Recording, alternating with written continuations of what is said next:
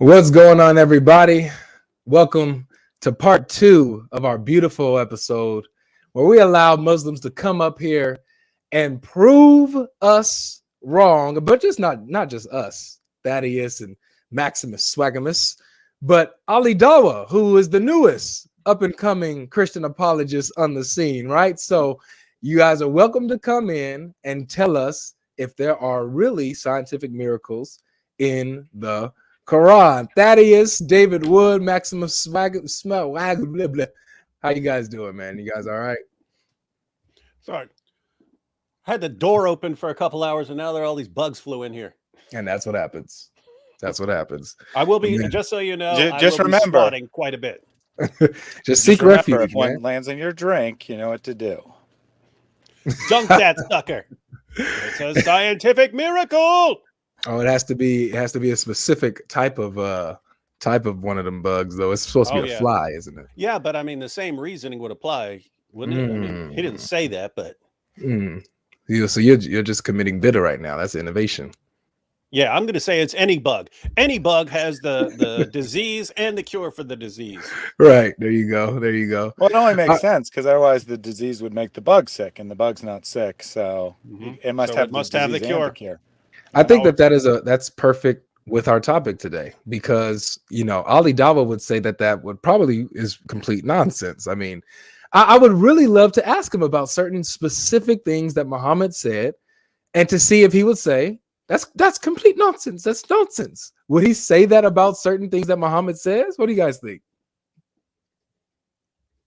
Muhammad's not wrong. Yeah, well, I think that, I think that he couldn't say that, right? Because he has to affirm its truth. But what he would say is something like, well, we don't know what it means when Muhammad said to dunk the fly because one wing has the disease and the other the cure. That could mean anything. We just have no idea. I'm not qualified to tell you the meaning of those words. So it would be wrong of me to impose science on it. Right. That's tough. Well, here we are, guys. We have a little over 150 people in here so far in the beginning. So make sure you guys are hitting that like button. Go ahead and 434 that like button and make sure that we're hitting the algorithm. We really appreciate you guys sharing the video and sharing the stream. Invite your Muslim friends if you guys know. We already got a super chat from Omar who says, Dr. Dizzle, Sheikh Logic, and Thaddeus, it's Christmas in July. There you go. My name is Maximus Swagamus. Not Dr. Dizzle. Get it right. It's Maximus Swagamus. All right. So listen, ladies and gentlemen, you guys know what's been hot. Ali Dawah has come out and has said that it's not just him, but his peers as well all know this. This is like a known fact amongst us that the scientific argument, this scientific miracle argument within the Quran is nonsense and Muslims should stop using it. It's a bad argument. It's a bad method. It's been quote unquote debunked. It's been debunked. So over the years, we've had Zakir Naik, Ahmed Deedat. We've had all these people come and it's been a main source of dawah, one of the main sources, by saying how scientifically accurate the Quran is.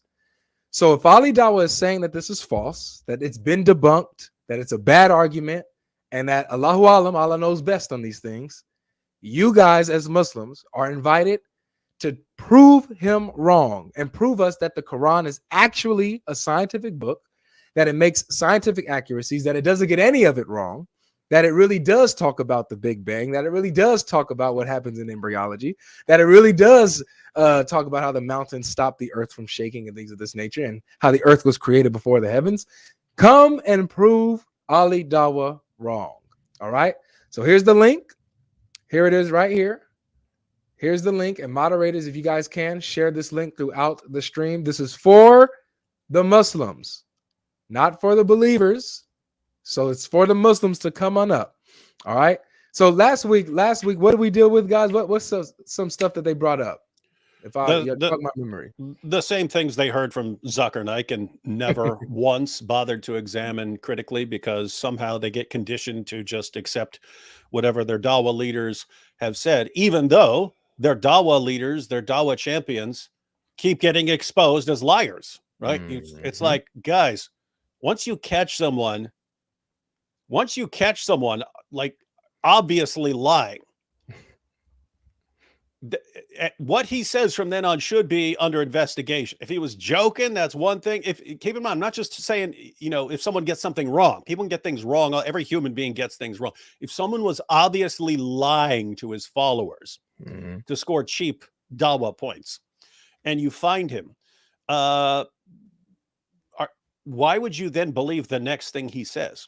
And so that's the real question here. Everyone who said perfect preservation right down to the letter was either lying or completely ignorant.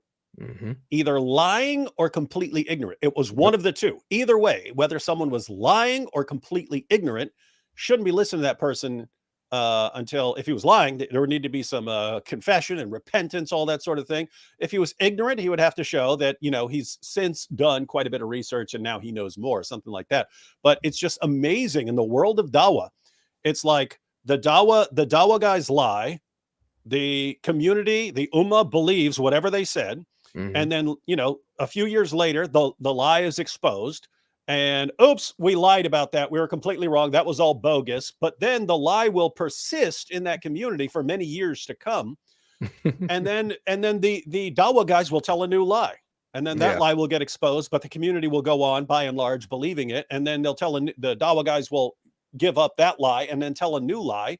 And for some reason, you can build a career out of, not just out of lying, but out of lying and getting caught and then coming up with a new lie, because no one will ever hold you accountable for your lies in that community. Right. It's an embarrassment. Oh, you're exposing his lies. You're causing division, brother. Stop. It's weird. It's tough. All right. So we already have some people back here, guys, to bring up. We have a new guest who popped up yesterday. He actually had some homework to do. But we'll see if he did anything. Now, listen, guys. As I said, this is only for the Christians, not the Christians, the Muslims to come up. Now, you guys coming up in the back chat, you guys clicking the link, it prevents the other Muslims that would be able to come, because I can only have 10 of us in, like, all together here. So that's why I'm asking Christians, do not click the link, because you're taking up space that could be used for a Muslim. All right. So please do not click the link, brothers. I love you and everything like that. You guys can join me on the next stream where we tackle these disbelievers. But I need the room for the Muslims. All right. All right. So now let's go ahead and bring up. By the way, look, just a little side note. I mean, there are all kinds of people who will be approaching us in an angry fashion right now, but I mean, think about, right? So I don't know who's coming. They may be the nicest people in the world. I know lots of people get enraged when we expose a lie that they were told. And notice how generous we're being. Zakir Naik told a bunch of lies based on another guy who lied, based on another guy who lied, and they all just spread the lie. Yeah. Then the lie gets exposed, not just by us. We've been telling them for years that it's a lie. Then their guys finally admit, yeah, it was all a lie. It's been debunked. It was all a lie. And then we say, yeah, he's right. Good. We're glad you're finally admitting it. And guys get mad at us. Like, what did we do? We're the ones who told you the truth when they were lying. Why are you mad at us? How are you not mad at them? How are you not mad at yourselves for just buying anything that comes along and just gullibly believing anything that comes along? And notice, even after all that, even after people get mad at us, then what do? We say, hey, if you're Dawah guy, if Ali Dawah and Hamza Sortis, if these guys are wrong and it hasn't been debunked, we're going to give you our platforms to come show us that they're wrong and that science has indeed confirmed the correct. Like, how generous could we possibly be? We don't know what these guys are going to bring up. We're letting them do Dawah live on Christian channels. That's right. And people are mad at us for being mean. Like I don't know how we could be any more generous. I don't know, man. It's so hold on. Let's get what he just said. Weird. He literally just said, we after such a blow to Islamic Dawah, we are giving the platform to Muslims to fix this big mistake that Ali Dawah supposedly, like, you guys have the platform. Thousands of people are going to see this. so you guys can correct it. You have the platform. Here you are. So really, are we the Islamophobes or I don't think we are. I don't think we're the haters. We can't be. You know, we're trying to help y'all out, man. Yeah, let me guess. Everything is eventually going to get down to there's a scientific miracle here, but it only works in Arabic. Take our word for it. It always comes down to that. Don't forget the Tafsir. I'll trust me, bro. All right, so we have our first guest up here, and welcome to the stage, Salam Al-Masih, my friend. Hello. How you guys doing? Pretty good, pretty good. So you have you're like just numbers. Oh, you accidentally clicked the thing. So you got numbers. What can we call you? I guess just cool guy or something. Cool guy? Yeah, it's for something random. I just thought of it. Sure. Yeah, okay. So I'm gonna prove a specific Very cool scientific miracle. All right. Go ahead. Give us your best shot, brother. So basically, I forgot the specific number, but there's a miracle in the Quran in Surah Yasin that mentions the orbit of the celestial bodies, and in the specific verse that it mentions it, the letters itself, like let's say for example, the first letter is also the last letter, and the middle letter. Let me just link it. Give me 1 second, bro. No problem. Yeah, I linked it. It's hard to explain, bro. This is an Arabic miracle? Yeah, but like it's specifically explained, so yeah. Okay.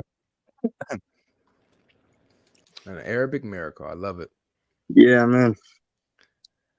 Hey guys in the chat, come on, support this guy, man. He's up here. Muslims that's in the chat, go ahead and give a like on this video for a cool guy, man. He's gonna shut this down easily. First time comer, shutting it down. Ain't that right, cool guy? You gonna cook today? Yeah. That's right. That's right. So you got the first letter that's like the middle letter and the last letter, you know. Yeah, and it also mentions orbits too, so yeah. And orbits of the celestial. Yeah, you guys can debunk it if you want to, but yeah. Why would we want to do that? I mean, if you guys don't find it true, I'd say put a link it seems to a pretty video true to me. Private chat. Oh, we're gonna watch a video. And yeah, just the title says linguistic. We can. It's only a minute and a half, so we could just watch it. It's called Linguistic Miracle of the Quran, stunning example of palindrome. And so a palindrome is a word or set of words that reads the same forward and backwards. I'm not exactly sure why that would be a miracle. A human being can easily come up because with it was Google. Yeah, a man, a plan, a canal, Panama. Read it backwards. It says a man, a plan, a canal, Panama. Miracle. There's one guy who wrote like a 90,000 word palindrome as a book. It didn't make much sense, but he wrote in like a 90,000 word palindrome. So not a bunch of palindromes. I mean, the entire book says the same thing either way you read it. Powerful stuff. That's good stuff. Wow. So what you think about that, cool guy? Yeah, let's watch the video, I guess. It's like a short. Yeah, it's a minute and a half. We could entertain it, I suppose. Update. Okay. Anybody wants to share their screen, I'll put it up. Yeah, I can do it. I already pulled it up, so. Beautiful. So this is gonna debunk it all right here. All right here. Don't worry, Salah, you're next, bro. You're next. Have faith in your Muslim brother here. Oh, but by the way, so this is not a scientific miracle. This is a linguistic miracle. Well, yeah, but it's also scientific in a way because it mentions orbits in a time when it wasn't like that popular, I guess. No, everyone thought there were orbits back then. They thought all the heavenly bodies orbited the Earth. Well, it mentions the Earth itself. I'm pretty sure. I could be wrong, but whatever. Yeah, let's go. Yeah, we'll watch this. We'll watch it and look it up. We'll watch it and look it up. Look at this ayah. لا الشمس ينبغي لها أن تدرك القمر ولا الليل سابق النهار وكل في فلك يسبحون. Allah Azza wa Jal speaks of all heavenly bodies. Each of them in their own assigned space, they are floating, swimming, rotating. What's he speaking about? Bodies in space, planets, stars, right? Galaxies. He's speaking about all of them doing what? Rotating. Spell out the first words, kullun fi falak. What's the first letter in kullun fi falak? What's the last letter? What's the first letter? What's the second last and second? What's the third last and third? You notice something? What are they rotating around? What letter are they rotating around? The word he used for rotating, yasbahun, yeah.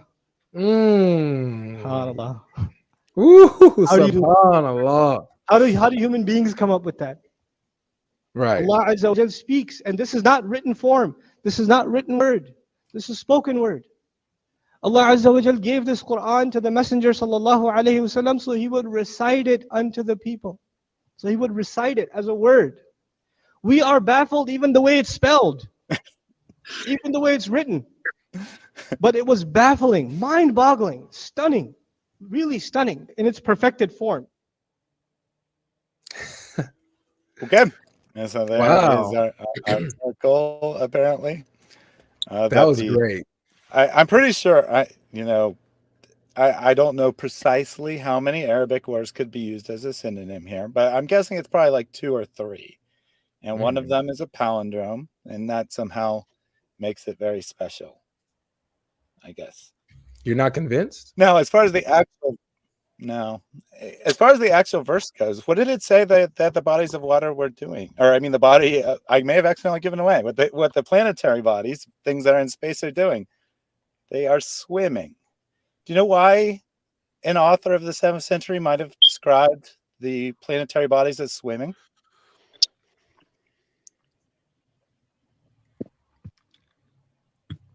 That's to you, cool guy. That's to you, cool guy. Because, well, it could also be like a metaphor, I guess. Well, it could be. But do you know why that? Oh, I'll take that as a no. Like, you don't know why. So it was a common belief. I know what you're gonna say though. You're gonna say like something about Sumerian myths or something, but I don't think it's that. No, I wasn't gonna say that at all. I was just gonna say it was a common belief at the time that outer space was filled with water. Yeah, and that's also a Sumerian myth, right? Well, like something about common, that. Right? I'm not saying that it's borrowed from that. It's a common belief of many peoples. So the Samaritans may have believed that. I don't know their beliefs off the top of my head, but it was a very common belief. So when the author says that they're swimming through space, he means that they're like sea creatures going through water. And indeed, one of the myths surrounding the Quran, now this is not in the Quran, sort of, but one of the myths is that the earth is carried on the back of a whale. And thus the whale is swimming around carrying the earth. And I said it's not in the Quran, but it kind of is, because they came up with, you know how so 3 little letters at the start of every, not every, but many of the surahs, and no one knows what they mean. Well, supposedly the letter Nun is the name of the whale that is carrying the earth. Yeah, you guys mind if I switch topics? Because I don't think this is actually a good one, but okay. That's okay. Yeah, you could bring whatever you feel is best and is clear, that proves that the Quran is scientifically miraculous. You could bring whatever you need. Yeah. Okay. So is it okay instead of this, like can I use like a verse from the Bible instead? Or is that fine or not? Like it's not like besides science, like the Trinity or something. No, because this particular subject today, my friend, is proving that Ali Dawah was wrong when he said that the scientific miracles of the Quran have been debunked. Do you agree with him that they've been debunked? Well, yeah, most of them, I guess, because some of them are exaggerated, but there's still some stuff that wouldn't be known, I guess. So, do you think that? Let me ask you this, just to be fair, to maybe see where your position is. Do you think that it's good to, if you're giving dawah and sharing Islam, to use as a method saying that the Quran is a scientifically accurate, miraculous book? I mean, it's a book of science, not a book of science, so it's like not specifically.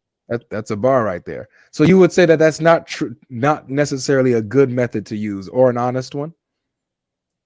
I mean, no, I guess. Appreciate that. But, yeah, but we're not. And by the way, we agree with you, and what you just said is very similar to what people like Hamza Tzortzis are saying. That, I mean, he says that it's a book of science, not a book of science. And so notice we agree. We're not saying, shame on Hamza Tzortzis and shame on Ali Dawah for coming out and saying these things. We're actually agreeing with them, and we actually respect them more when they're saying, okay, this argument that we used to believe in because it was spread by various people, we've actually taken a closer look at it. We don't think it's a good argument. We need to stop using it. We totally respect that position. So this isn't a in your face. It's more it's more of an in your face to people who were lying about it. Like, guys, now you've been exposed. Now take your medicine, confess, admit that you were making things up, things like that. But as far as people who aren't using this argument, we have no problem. We have no problem with that. We agree. We agree that there were some problems, and this is something that everyone goes through. Everyone believes an argument at some point, and then later on you think it's a bad argument. So there's no shame in this, except for the people who were lying about it and the people who didn't bother to check it out while it was being exposed. But so that's the general problem here. So notice, I mean, this is a situation where we believe Ali Dawah was right. That is weird to say, but it's a weird situation where we actually agree with Ali Dawah. But there are Muslims who are saying, no, he's wrong. It hasn't been debunked, and trying to defend it. So that's the purpose of this. We're just trying to give anyone an opportunity who disagrees with Ali Dawah to show something that we're missing here. Mm-hmm. I think here's something that's worth mentioning too. Here we have Al Masihi, who is a fellow brother of ours, Arabic speaking. He's ex-Muslim as well, and he says, Yas Bahuna means floating. Video didn't even include that word that actually says floating. So the word that actually says floating wasn't even included in the video, according to our brother here. So that's interesting. I'm looking. So this is referring to Surah 36, verse 40. By the way, this is one of the passages we go to show that there are actually problems here, because the verse says, it is not for the sun to overtake the moon, nor does the night outstrip the day. They float each in an orbit. But in context, it's the moon, the sun and the moon are chasing each other in their orbits, but one can't catch the other. And so that's not what's actually happening. The sun and moon are not chasing each other around, but not able to catch up to each other. So this is a passage we bring up. It's not one of the main ones, but it is one. But yeah, I'm looking at the translations. They all say either float or swims. So Pickthall, they float in an orbit. Yusuf Ali, each just swims along in its own orbit. Hilali Khan, they all float each in an orbit. Shakir, and all float on in a sphere. All of them, Sher Ali, all of them float smoothly in an orbit. Khalifa floating in its own orbit, swimming in a sky. Arbery floats in its sky. Palmer, and so everyone's going with floats or swims. Nice. Now we have something here, interestingly enough, and Thaddeus, do you mind getting one of our clips that have Ali Dawah's video? Because we have a Muslim here who says Ali Dawah never said that. Oh, we can watch the entire Ali Dawah video. No problem. I got that clip ready to go. Just give me 1 second. Yeah. So he thinks that we're up here lying up here.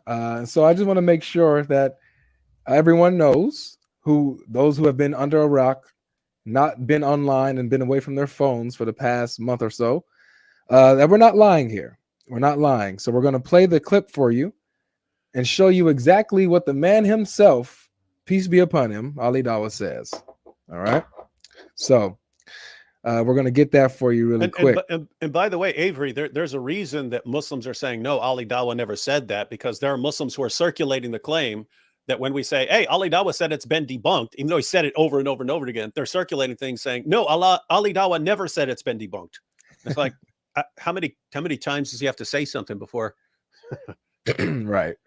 We have to actually message him like, hey, Ali Dawah, you said it like 10 times in a row. Could you say it another 1,000? Because yeah, just a few more thousands, man, because they think that you didn't say it. We think they're lying. All right, let's go, Thaddeus. Thanks. All right, yeah, we got a minute clip here. But a lot of people were very insecure because of the scientific, discoveries or whatever it may be, and we was trying to fit the scientific narrative into the Quran, which was a big mistake, because it's as if as good as we were making science the guideline for the Quran to be accepted. This is nonsense. Yeah, we take the Quran, not science. To hell with science. Science changes tomorrow, today. They talk about the Big Bang. Now there's new studies or whatever, new findings that there was no Big Bang. So my point is what? You cannot come and say this verse here is a scientific miracle, is a scientific fact. Why? Not because the Quran is wrong, because science changes, number one. Number two, who told you that verse in the Quran is talking about what you're ascribing to it?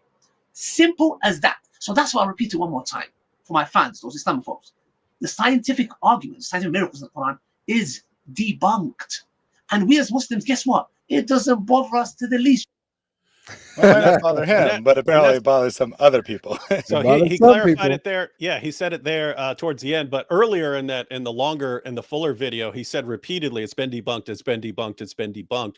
And guys, it's important to understand why me and AP went through Hamza Tzortzis's video, where he actually breaks it down and expands. I mean, he goes into a little more detail than Ali Dawah. Well, he goes into a lot more detail than Ali Dawah did, but he basically lays out what would be required to even claim something as a scientific miracle or as miraculous scientific knowledge that was unknown by Muhammad at the time.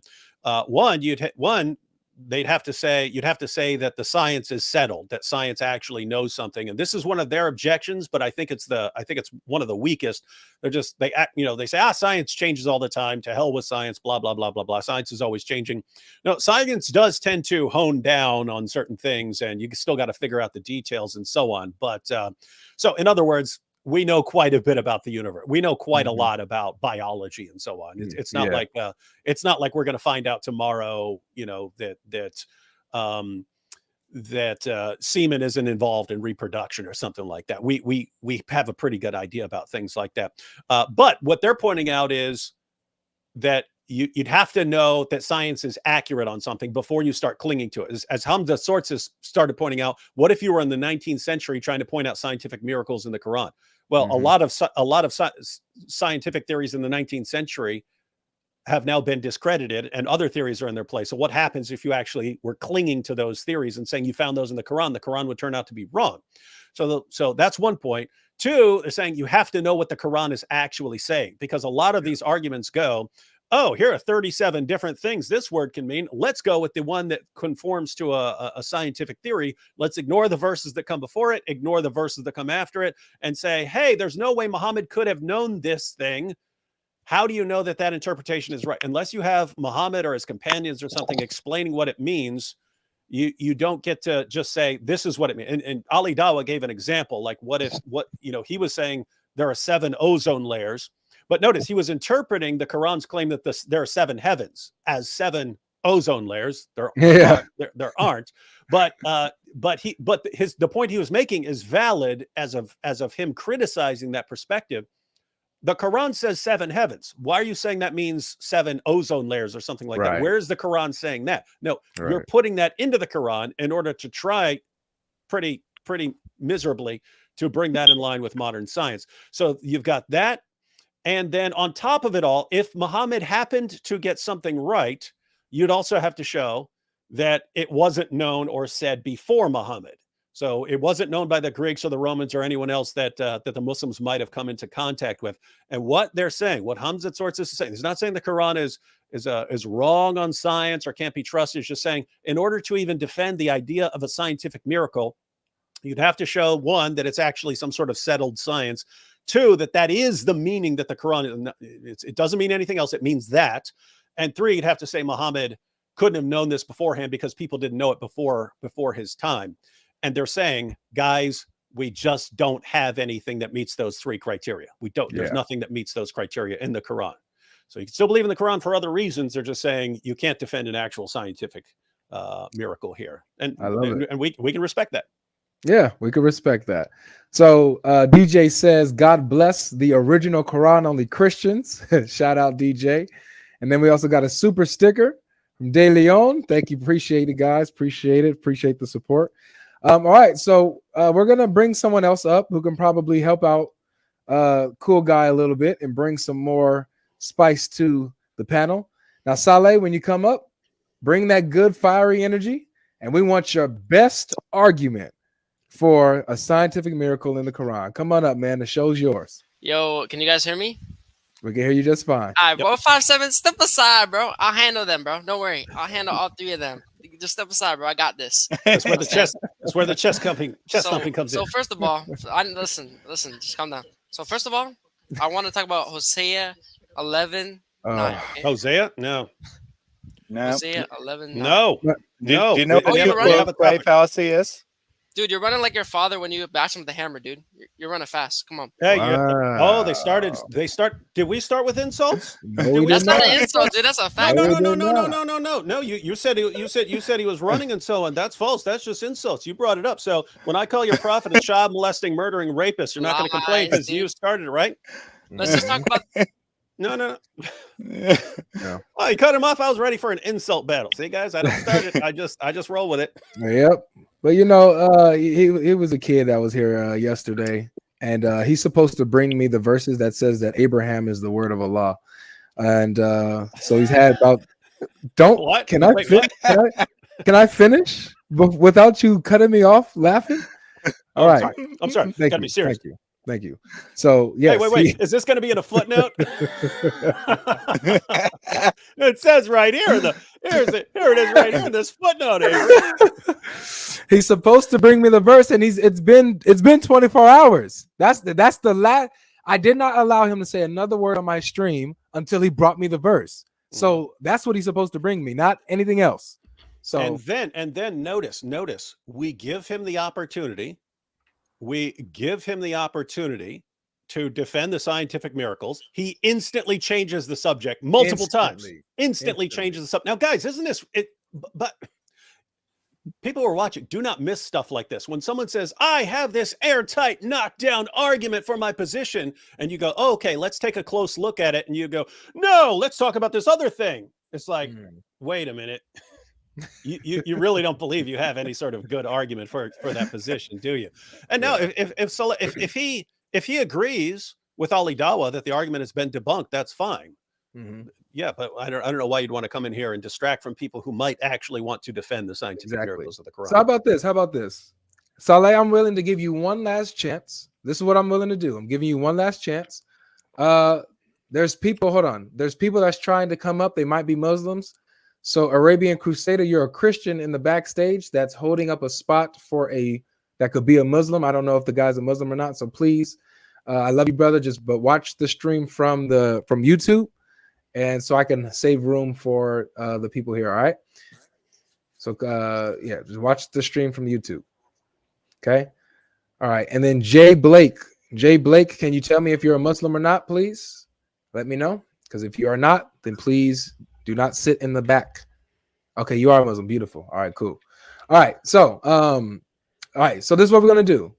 Saleh, I'm willing to give you one last chance. This is what you have to do. One, you have to admit that you don't have the verse that says that Abraham is the word of Allah. That's one. And then two, actually forget the insults. Stay away from all that stuff. We're not on that right now. We are on. Oh no, your show. I mean, okay. If we just letting the blows blow, we can let the blows blow. All right, but bring an argument for either you agree with Ali Dawah that scientific miracles in the Quran have been debunked, and so we won't press you on that. Or if you disagree with him, tell us why. Okay. So number one, admit that you do not have the verse that says Abraham is the word of Allah. And then two, tell us if you agree with Ali Dawah or not and why. Okay, so here you go. If you do not do that, you're out of here. Yeah, hello, can you hear me? I can hear you just fine. So Yeah. number one. So I did pull up what you were talking about yesterday about the Word of God, and I was not able to find that. It might still be there, but I couldn't find it. Okay, so we couldn't find the verse about Abraham being the word of Allah. Thank you for admitting that and being Yeah. honest. Now, do you agree with Ali Dawah that the scientific miracles have been debunked in the Quran? He said that? Yeah. No, I don't agree. You Of want me to course, play I don't another agree with that. Of course, I don't Would agree you, with that. would you like to see the clip? Yeah, well, let's see the clip. All right, let's see the clip. You want me to play the same one, or you want me to play a different one? You can play this. You can play the same one. Okay. Play the same one. It's funny that you have different ones because he said it so many times. Yeah, let's go ahead and show this. Ali Dawah, man, Christian apologist. Oh, it's muted, Thaddeus. My bad. I probably forgot to check the little box because you got to do it every time. Remember, when Thaddeus is here, it's amateur hour. Yep, rookie. Yep, for sure. Rookie. And he lost his movie See, when voice. I'm on my own stream, Rookie sensation, Thaddeus. Abdi said, "Why are we entertaining this clown, man? Yep. Yo, So Abdi I needs have to the quiet clip right down, now. bro. He's a Muslim." That's what I'm saying, but he needs to be quiet though. Ooh. I have it ready. All right. Oh, my bad. That's me. Because a Amateur lot hour. of people were very insecure because of the scientific, discoveries or whatever it may be, and we was trying to fit the scientific narrative into the Quran, which was a big mistake because it's as good as we were making science the guideline for the Quran to be accepted. This is nonsense. Yeah, we take the Quran, not science. To hell with science. Science changes tomorrow, today. They talk about the Big Bang. Now there's new studies or whatever, the new findings that there was no Big Bang. So my point is what? You cannot come and say this verse here is a scientific miracle, is a scientific fact. Why? Not because the Quran is wrong, because science changes, number one. Number two, who told you that verse in the Quran is talking about what you're ascribing to it? Simple as that. So that's why I repeat it one more time for my fans, those Islamophobes. The scientific arguments, scientific miracles in the Quran is debunked. And guess what? It doesn't bother us to the least. It doesn't bother us to the least. And again, this is I mean, he had already said it in one video, and he said that he came one of the reasons he came to Islam was because of the scientific miracles, and then he realized in his words, it was absolute nonsense, but he said he stayed on, continued to be a Muslim for other reasons. He said it in that video that the argument has been debunked, and then he got a bunch of requests from Muslims. Could you clarify what you mean? Because the Islamophobes think that you're saying the argument has been debunked, mainly because that's exactly what he said. So they asked him to clarify it, and then he posted another video where he said over and over again that the argument has been debunked. And again, this goes back. I mean, it was 10 years ago when Hamza Tzortzis published his paper explaining why Muslims need to stop using that argument and why it's been debunked and why they don't have anything in the Quran that actually meets those criteria to qualify as a scientific miracle. Ali Dawah just basically, he's saying that da'is across the board understand this. That's why they don't use the scientific miracles anymore. But he's basically the one who's now popularizing what Hamza said, and good on him for having the integrity to do that. Yep, good stuff. All right, so Saleh, there you go. And Abdi, what do you guys think? I would say, Abdi, you want to go first? Or you want me to go first, my son? All right, I guess I'll go first. So, watching that clip, two things are in mind. Number one, like if homosexuality is a good example, right? So why do we believe homosexuality is wrong? We could go into a bunch of secular arguments. You could say, oh, this diseases or this or this. But in reality, the number one thing is God said it. That's the number one thing. That's point blank period. That's the first thing you go to. You don't go through all these secular arguments. And I think that's what Ali Dawah was trying to say here. He's saying that not necessarily that all the arguments are wrong, but that God said it is enough. Like, you don't need to go into all these secular arguments of this is the embryo and this is that and that proves the Quran, when in reality it's faith first. I think that's what his point is.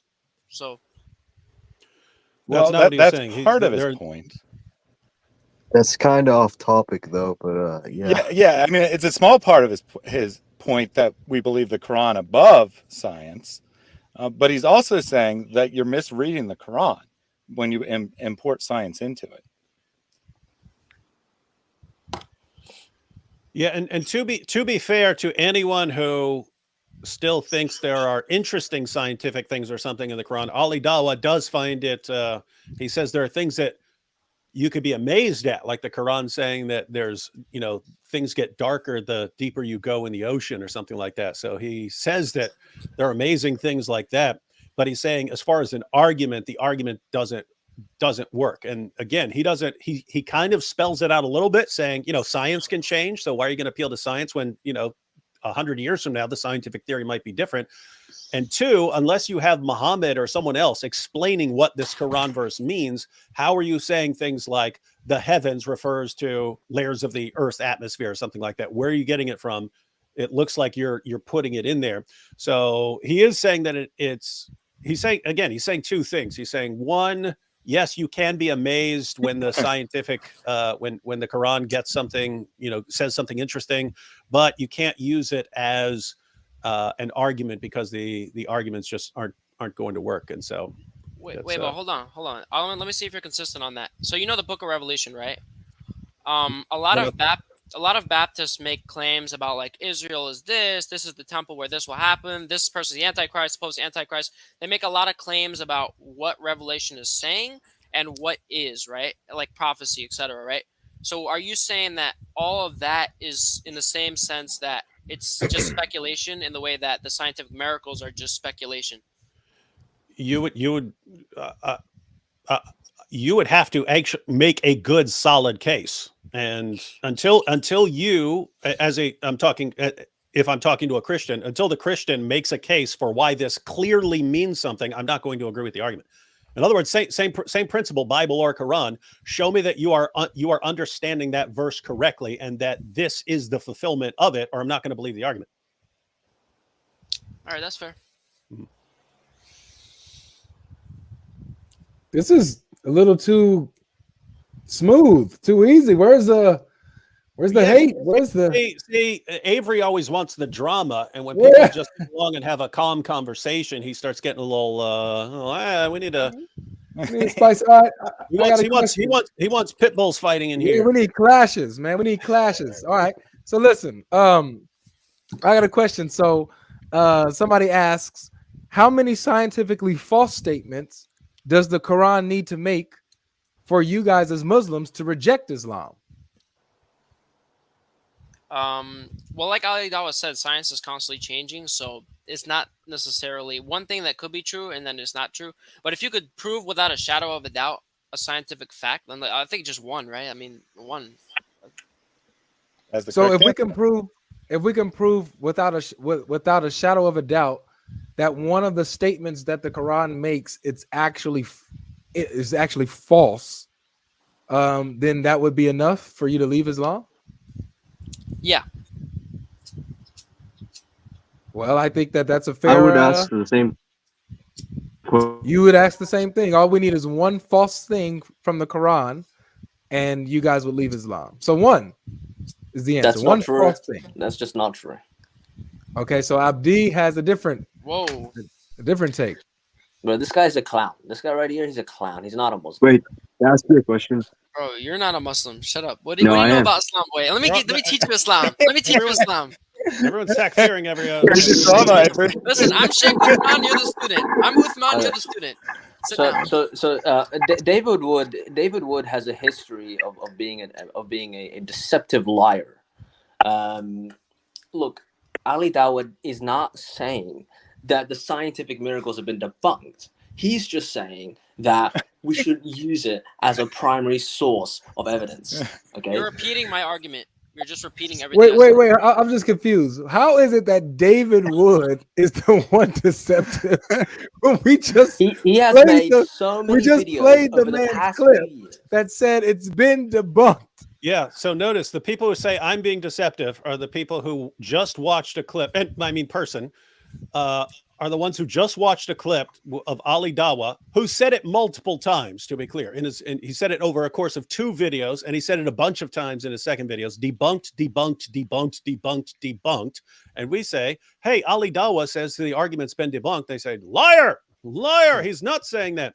And what's amazing is Ali Dawah is saying that based on Hamza Tsortzis laying out his case in an essay form and in video form, explaining why there's nothing in the Quran that would qualify as a scientific miracle, because one, you'd have to show the science is settled. That's exactly what he said. No, guys, that's just not true. That's just not and he didn't say debunked, right? He didn't say debunked, right? Misinterpretation. So Abdi, debunked, let me help you out here, Abdi. Debunked, are you trying to say debunked, he knows that you Christians are going to clip that and be like, "Oh, guys, look, so he's so Ali Dawah is intentionally helping That's Christians? what he said. That's literally what he said. He said it was debunked, bro. No, he did not. He doesn't mean 5D chess, bro. actually You think Ali Dawah's playing 5D chess right now? No, he doesn't mean it's actually debunked. He knew that you So, Christians Abdi, clip that. Abdi, can I help you He out said here? it like 20 Can I times help in you the out, video, Abdi? bro. No, he said it's debunked, but he said not in total right after. You guys are forgetting that. I know you guys are clipping out the most important. I literally just said what he actually means by not totally debunked, because he said absolute nonsense as well in his original clip. When he says not in total, he gives an example. He says there are things that we can be amazed at in the Quran, like, oh my goodness, darkness in the ocean. Like, how could someone have known that? So even if we grant that, he's still saying to use that as an argument. And if you go back to Hamza Tsortzis, in order to use that as an argument, you'd have to show that the science is settled. I don't think anyone's going to question the science on whether it actually gets darker as the deeper you go into the ocean. But 2, you'd have to say, is that what the Quran is claiming there? Because you can look at different translations, and some of them sound like it's just talking about darkness in a dark storm or something like that. Like you can't see in front of you in a dark storm on the water. But even if you grant that, then 3 would be, can you claim that no one knew that before? And that there's no way to know that? So he's saying it's something you can look at as a Muslim and say, wow, it's amazing that, the Quran says this. Can you use this as an argument for miraculous scientific knowledge? No, because you'd have to actually show, in this case, you'd have to show that couldn't be known. And anyone who's ever jumped in the water and swam down 10 feet would know that. So he's saying, you can be amazed. No. If you're forgetting guys, if you're saying that Ali Dawah did not say the argument has been debunked, when he said debunked, I don't know how I can take you seriously on anything after that. You haven't watched words don't work. Ali Dawah video. You haven't watched a single Ali Dawah. I have watched the whole video. The guy is dramatic. He is dramatic in nature. Bro, you're coping hard. So when he says debunked, he doesn't necessarily mean debunked. He's just basically saying. Everyone, when he says debunked, he doesn't mean debunked. He means the opposite. Abdi, you don't know Ali Dawah. Come down for a minute. Can I ask you a question by what you think Ali Dawah actually means? Bro, you're an Ali Dawah super fan. You're doing jumping jabs and gymnastics. Bro, shut the hell up. You're a clown. Bro, how many rockets are in Al-Fatiha? How many rockets are in Al-Fatiha, bro?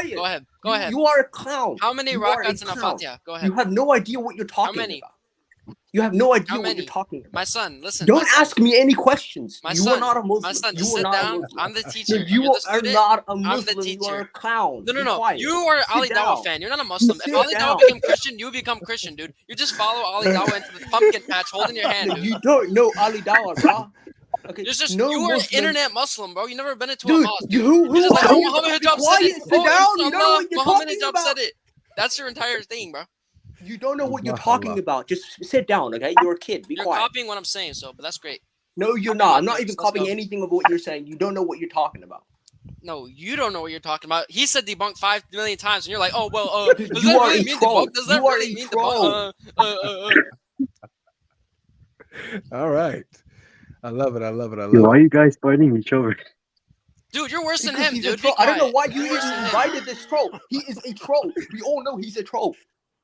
Bro, he said debunked 5 million times, and you sat here in the call for 5 minutes like, is that really debunked? You haven't watched a single Ali Dawah video. You haven't watched a single Ali Dawah video. How many Ali Dawah videos do I need to read or watch? How many? Ali Dawah What is is the known quota? to be What is my Ali Dawah quota, bro? Ali Dawah is known to be dramatic. He doesn't mean what he says. Okay, you don't know what you're So why talking are we about. watching the clip? No, he does Why are mean we what he watching the says. clip then if we He can't said believe it? debunked, dude. No, He's saying he did saying not say what he's debunked. saying. What he's saying is the Quran is the standard, not science. Science is not the standard. The Quran is the standard. So we have Yeah, to. that's what he means If actually, but science does not, he did if say that science it does was not there. agree with the Quran, then F science. Okay, that's what he's saying. But he's saying more than that. He's saying you can't even use these as arguments to defend Islam. Yeah, because the Quran is the standard. That's why. No. But it's farther than that. You're trying to frame it as like, oh, the Quran is the ultimate standard. I agree, but he's taking a step further. He's saying you So can't you even don't use agree. that. You're not even a Muslim. You're a troll. You don't agree anything. Be quiet. Is that all you have? You're not willing to engage? No, I'm not willing to. You're not engaging in good faith. You are a troll. You literally came in here insulting David Wood. You are a troll. You just spent 5 minutes. You are a decrying troll. Ali Be Dawah, quiet. bro. All you have is Ali Dawah. What do you have? No, be quiet. Seriously, be quiet. You're a No, troll. you be quiet. No, you be You quiet. are an Can you embarrassment. recite All the right. Quran? Can you All recite right, the all right, Quran? all right, fellas. All right. That's round one is over. All right. So I had to let y'all get it off your chest a little bit. So let's get back to the nitty gritty now. So Abdi, tell us what again is your understanding from what Ali Dawah is saying? He's just saying that the Quran is the standard, right? Science is not the standard. So we shouldn't be bending over to science and affirming the Quran through science. We should be affirming science through the Quran. Okay. And so you believe that Ali Dawah believes that there are scientific factual statements found in the Quran, but that we just shouldn't judge or make or base the Islam off of these facts that we find in the Quran and these statements? Absolutely, there are scientific facts in the Quran. Okay. But science has yet not discovered those facts. Okay. And so if we try to compare modern science with the Quran, we're going to find complications. Got you. Science of the gaps argument. I like that. So do you have do you have an example that you like to lean to that is a scientific fact that we could find in the Quran?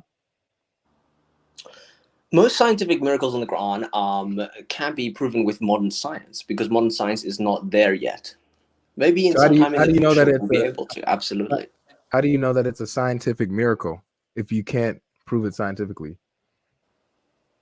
Because it's stated in the Quran. It talks about certain phenomena. Can you give us a phenomenon that you think science will eventually discover? In other words, we're thinking, we're trying to think of examples of something the Quran is saying that would seem to be at odds with science, but that could possibly at some point, centuries from now, be confirmed. Like, the sun sets in a muddy pool. Like maybe scientists will find that out or something. Yeah, absolutely. That mountains are that stabilize the earth.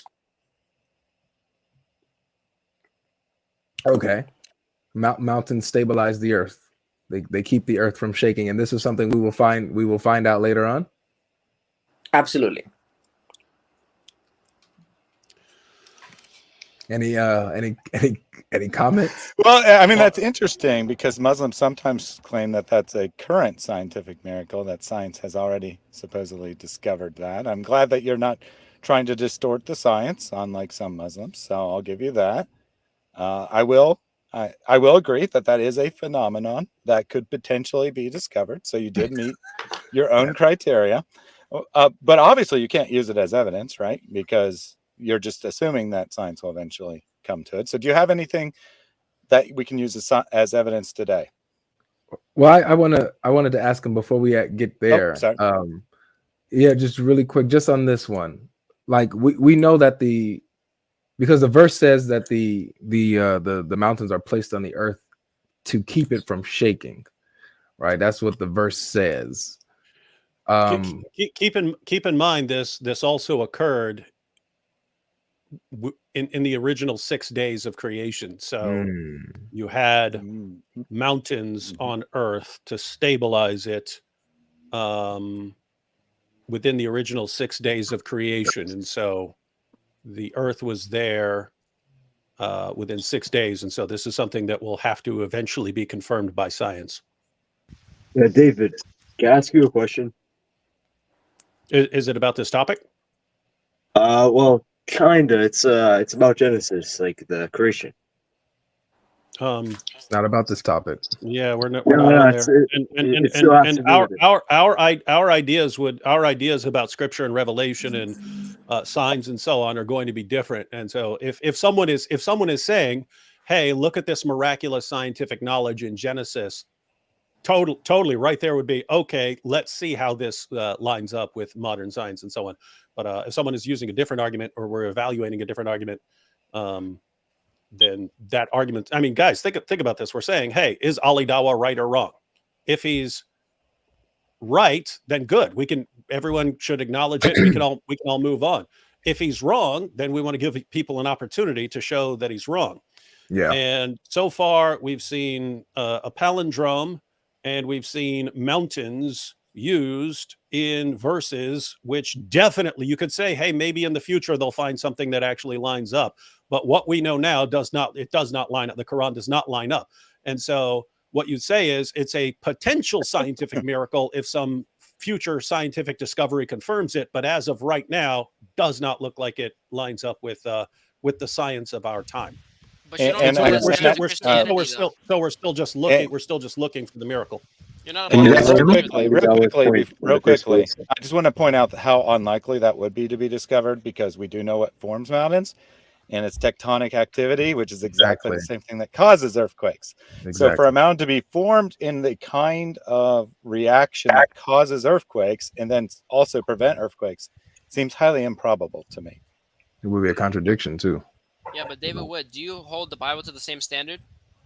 The Bible, the Bible is irrelevant. Two, the Bible is a different kind of. There's a different concept of revelation. The Quran is supposedly dictated to Muhammad, and then you guys are. I mean, Muslims, at least for the past few decades, have used scientific miracles as the proof. That's not. I mean, let me put it this way. When Luke sat down to write the Gospel of Luke, he was not dictated to. We believe he was guided by the Holy Spirit as far as the information that is in his head that God wanted him to preserve.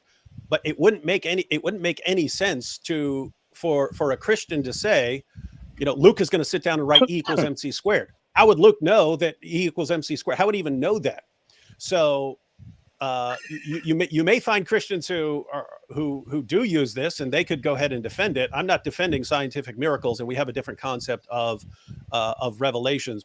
I'm looking at Surah 16. Can I say something?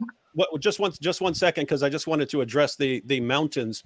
I'm looking at the different the translations. Pickthall 16, Surah 16, verse 15. And he has cast into the earth firm hills that quake not with you. M.H. Shakir, and he has cast great mountains into the earth. And Arbery, he has cast on the earth firm mountains, lest it shake. Palmer, and he has cast firm mountains on the earth, lest it move with you. Rodwell, and he has thrown firm mountains on the earth. So here, it doesn't sound like mountains are these things that are being formed from, plate tectonics and so on. It looks like Allah is saying, "Hey, we need to throw these mountains down there as pegs to sort of stabilize the earth from shaking." But so anyway, the point is, yes, maybe you could find out at some point in the future that mountains are, were thrown down, but doesn't look like it's so. Anyway, the point was we agree that as of right now, this wouldn't be a scientific miracle, but potentially if some future discovery could confirm this, then it would be. But yeah, so I think agreeing with I think the problem is hi. By the way, hi everyone. Hi. I think the problem is everyone speaking over each other, and I mean Ali Dawah and all of the Christians who have taken his words and have tried to say, "Oh, look, Islam has been debunked." Yes, from the clip, I will admit. Pardon me? Say Islam has been debunked. Well, that's a direction that you want to pull this whole conversation. Well, no, that's not correct at all. None of us would say that. None of us would say that. So before you straw man us, let me explain our actual position. Because Our I'm trying to show that you guys are straw manning. Allow me to finish, Thaddeus, please. Okay. I'm you just go trying ahead to straw man us. Go ahead. It's fine. You're very rude. I'm trying to say I'm very rude for trying to help you're you very out. rude. Okay. I'm just trying to show that. How old are you? Yeah, that is. Let the man finish, man. Come on, go ahead. I'm just trying to say. I know. Let him talk. Can you put yourself on mute? I'm just trying to say that what Ali Dawah said is correct. That whatever scientific miracles that Muslims have tried to derive from the Quran, somehow, some way, have been debunked. Mm-hmm. So that is a point that Muslims have to admit. That if Ali Dawah was saying that, we have to admit that. So, but what Ali Dawah is saying is that he is putting the Quran above everything, just as Christians put the Bible above everything. So, for example, if something is proved to be incorrectly interpreted by past Christians, the Christians of the future will say, well, those Christians did not understand this element within biblical understanding, so therefore this new interpretation is actually making the matter more clear. I think this is the direction that Ali Dawah was trying to prove his point by saying, and we agree.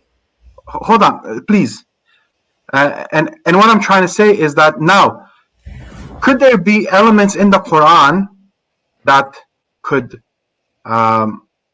potentially be true in the future? For example, I know last time when you guys had this, you guys spoke about embryology.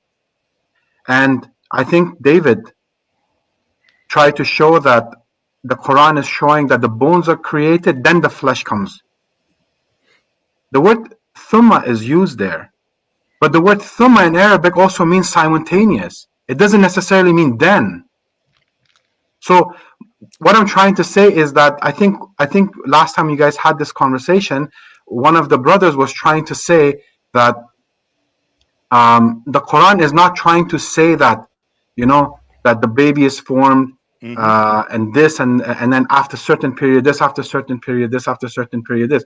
Just gives you a general understanding of how a human being is created in the womb. Because for the general public, 99.99% of the general public don't think about these things.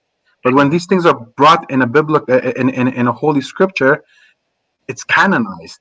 People go back to these things. For example, Jesus. Okay, so before you try to get to the Bible, I let you speak for a long time. I'm speaking to you. 1 second. What I want to say is, for example, in the Bible, did Jesus go to the? Was he ascended?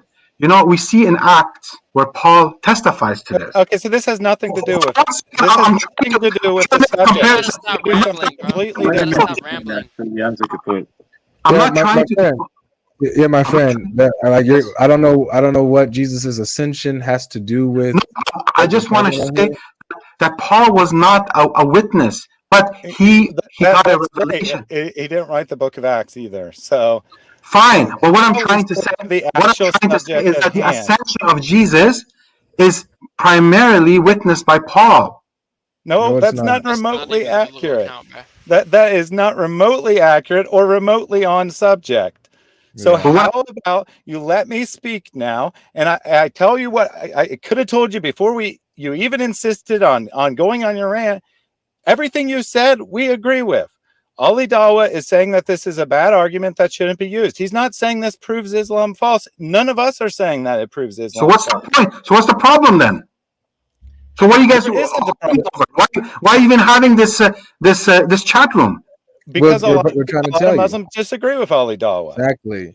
We have Muslims. You have Muslims who literally say that Ali Dawah is misguided on this subject, that he's wrong about this.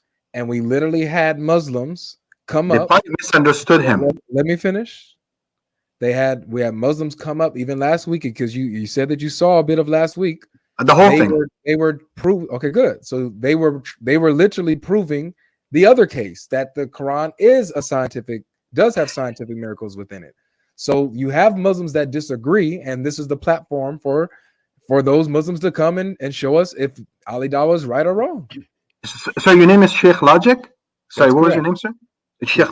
What I'm trying to say is that the gentleman last week said that the embryological process that's mentioned in the Quran is not a scientific exposition. It's not. It's never meant for that.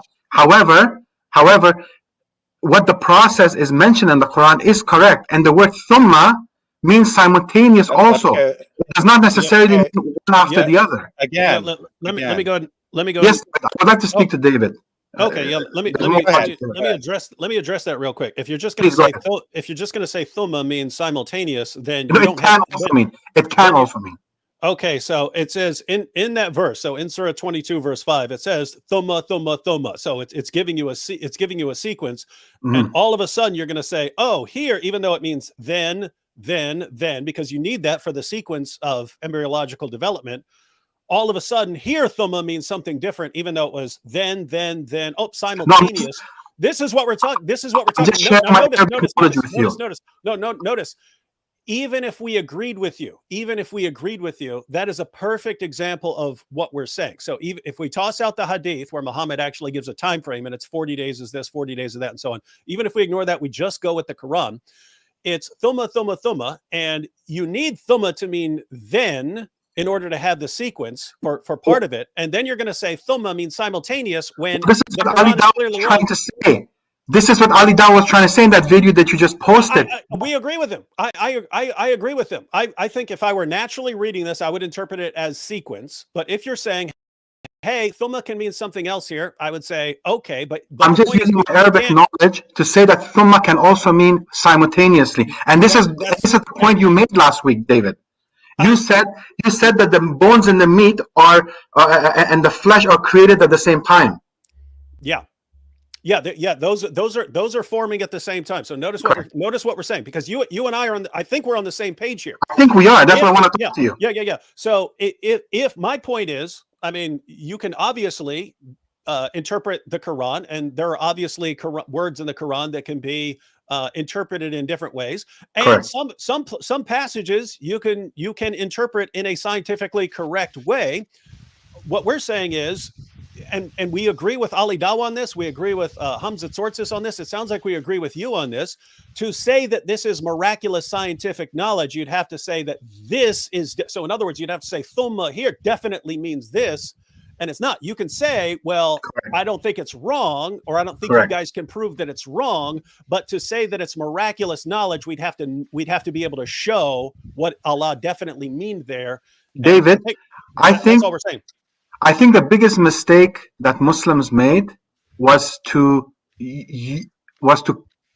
think, oh, there are scientific miracles in the Quran, and then some, illogical Muslims took this idea and ran with it without even themselves having any comprehension of science or even understanding the sciences of the Quran itself, and then ran with it. And then for the lay people, they basically laid it down, and that's how things were basically spread. So I think whoever came up with this idea, you once spoke with Sheikh Uthman, and on his table you found this book, and then you showed him this book, and then you said, look, there are errors in this book. And something Uthman said to you, which I really respect him for. He said, I never read this book.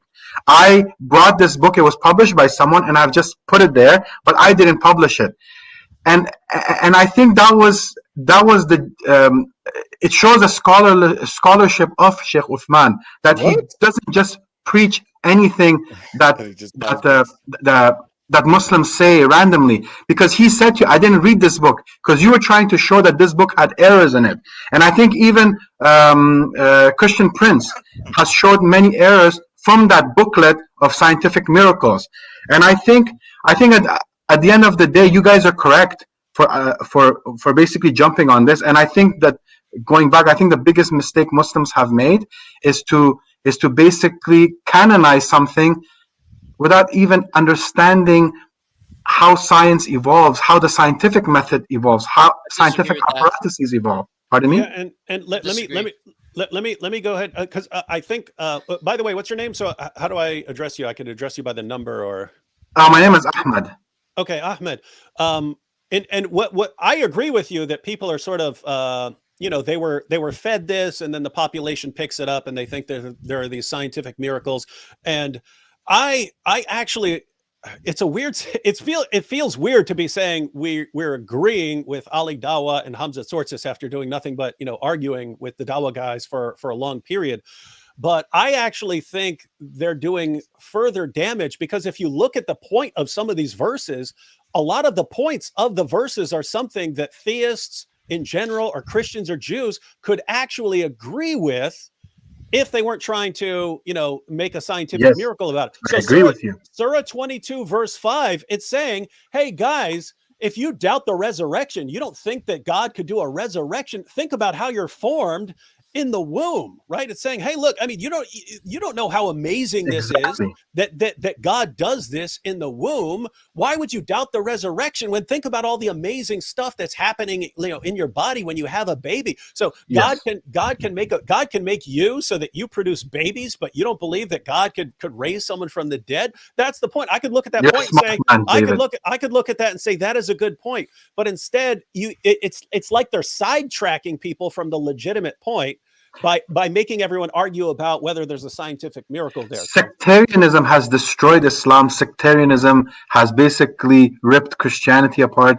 Same thing with Judaism. And these are all religions that have had great prophets sent to them, and they have seen, they have been privy to certain knowledge that was not generally known to people, and they basically spread a lot of this stuff. For example, Paul.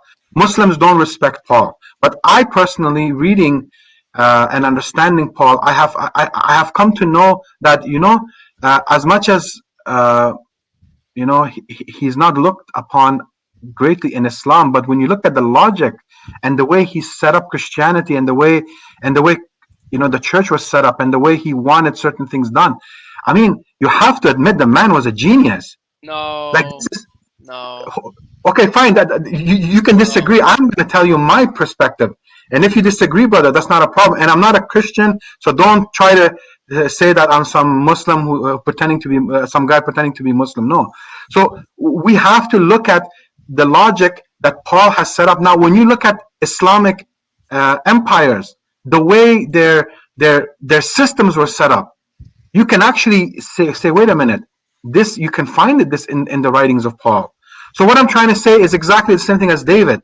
I think we have so much more in common, so much more. But the fact that we want to up one another and like just one up, one another and try to kick each other down, I think that's where we are slowly crumbling. And right now society is facing a direction that's so bizarre and dark, all because the light that is on earth, people are just trying to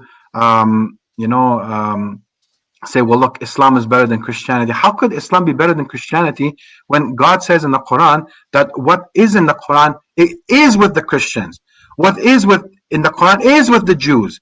So this means that Muhammad didn't bring anything new. Muhammad actually brought something that has been attested in the Old and the New Testament. That's right. That's why we call ourselves original Quran only Christians. That's right, Ahmed. Yes, sir. Anyway, So, long Ahmed, story short. Can I ask Long you? story. Do you follow the Quran alone? Well, I've studied the Quran. I have a degree in Islamic law, and I've tried to understand the different sects within Islam, the different points of views within Islam. Like, for example, I'll give you an example of sectarianism within Islam. You have a group called the Ahmadiyya. Yeah. And these people say that Jesus did not die on the cross, and that Jesus was taken down, and that he migrated towards India. Now, many Muslims in the modern age, and I'm talking 19th century forward, have concluded that, wait a minute, Jesus was given a natural death. Meaning, from the same Quran that two Muslims view, one, they say that he ascended into heaven, and then another group that can read the same book and say, no, he migrated or he died a natural death. And this is reading the same book, the exact same book. But when I read the Quran, I see clearly there was an ascension. According to the Quran, Jesus ascended into the heavens. It's clear. It's there. But when someone brings you a different argument with a different spin on it, and they say, well, look, this verse says this, therefore he could not have gone into the heavens. He must have died a natural death. And of course, as a person who's an erudite, I'm like, okay, I can see that. So this is where I see where you guys are disagreeing with Muslims, and I agree with you, David, where you say that, if the Quran is saying, like, if God created you out of nothing, and these are the processes that He used, what do you think? He can resurrect you? And I think that's a beautiful argument. Anyways, I don't want to take too much of your time. I just wanted to say my few words, and I didn't mean to be disrespectful towards you, Thaddeus. Anyways, no problem. I don't know. Thaddeus isn't made of glass, so yeah. No free problem. forgiveness. Believe me, people do far worse on my show. I was just going to say, if you're not familiar with what Avery does, what God Logic does, you should definitely watch more of his shows, because he is very much about this respectful dialogue about elevating the things, if you will, and getting away from just insulting one another, or as you put it, one-upping one another. So I definitely encourage you to watch more of his programs if you're not already familiar with that, because that's what he's about. And I would say that you're welcome to call into my show as well anytime. Thank you very much. Thank you, David, for the chat. Yep. Thanks, Ahmed. All right. Well, that was nice. It sounded like I didn't get my answer if he was Quran alone, but it sounded like he kind of was. I don't want to assume anything though. But it sounded like he was Quran alone when he talked about sectarians and things of this nature and stuff like that. But I would love to have him on again and see where his mind is at. So it sounds like he agrees with a lot of what we're saying, David and Thaddeus, from a reasonable position too. It sounds. Yeah. I mean, there wasn't much he said that I would disagree with. So, and I wanted to, because we normally don't make this point, because we're normally in like conflict mode. We're arguing, so people are trying to prove a point, but there is for you Christians out there. There's lots of natural theology in the Quran, meaning that the Quran very often is saying, look at that over there. How is that not amazing to you? Look at that over there. How is that not amazing to you? So lots of these things are things that Christians could agree with. But yeah, there is this tendency to, it says this. And even though the point that the Quran is making is something about how you should be in awe of God's creation, they'll try to insert some argument that there's no way anyone could have known this, and it's a miracle, and this is why you should believe the Quran and reject. And it can ruin it, but two, it very frequently completely distracts from the main point. I mean, we got into a discussion last week. This is what we just talked about, but last week there's this whole discussion about whether Surah 22 verse 5 contains amazing scientific knowledge. Going through it doesn't, but we completely ignored the point that the verse was actually making. The point the verse is actually making is challenging why people would dismiss the concept of resurrections. Like, you just dismiss it as an impossibility. I mean, because notice that's a point you could apply to if you were having a discussion with atheists today, and like, that's silly stuff about the resurrection. Like, do you not realize how much amazing stuff is going on right now? Like, if you're talking to atheists, wait, you believe a universe could just, blow up and form, but you have a problem with the idea of God raising the dead? It's like, right. So anyway, I agree completely with what Ahmed was saying there. Awesome. All right, so let's get a couple of super chats in here, guys. And we have some more guests up here. Ryan is back for round 2, so we're going to see how this goes. So we have a super chat from Control Yourself. Thank you so much for your generosity. Says, let's recap. They lied about scientific miracles, perfect preservation, the age of Aisha, Muhammad being piety, the Bible, being a religion of peace, etc., etc. So what else did they lie about? See, notice these things keep popping up that they lied about. Hold on. I'm not, bro. We in a low key intermission. I got to read these out. You can respond when we get to you. All right, I'll get to you. I'll let you shine. No worries. Okay. So thank you so much for that. Control yourself. And Paul says, I liked Ahmed. So yeah, he said, I agree with Ahmed. They took the scientific miracles and ran with it. The laymen just blindly follow and repeat it. Now they have to clean up the mess. Absolutely. And that's what we see going on here. Also, guys, ladies and gentlemen, we have over 700 folks in this stream watching us live, and we only have 367 likes. Now, you guys know how we get down in here. 434, that like button. Go ahead and hit it. Hit that like button. Smash it. You guys know how we do, man. Come on. If you guys love how the Muslims are doing, if you guys liked Ahmed, can you guys stop smirking over there, please? I'm trying to be real serious here. 434, that like button, and smash it, man. Thank you. We're already at 400 now. Come on, let's get the likes up to 700 so that we can engage with our new guests up here. All right. So, Rayan, you are on. What's up, bro? Hello, guys. Hope I'm not like late, like unlike last time. So I do disagree with Ali Dawah. First of all, I do kind of think he refutes himself at the end when he brought up that stupid layers of the darkness miracle. Anyways, wait, you're a Muslim, right? Yeah. We just have to make sure. We just have to make sure. Okay, hold on. Before you continue, let me just read this out. This is the last one. Okay. No problem. All right. It says, so Marius, he says, God Logic, I just started watching your channel. Great stuff, brother. It's 3:30. I'm assuming AM in the UK, but got to watch it all. May our Lord bless you all. 2 Corinthians chapter 13, verse 14. Man, God bless you, man.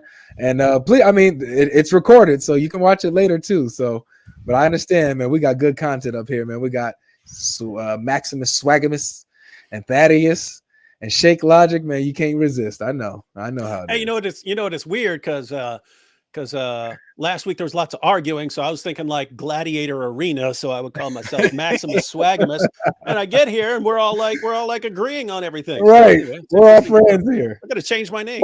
All right, so go ahead, Rand. Go ahead.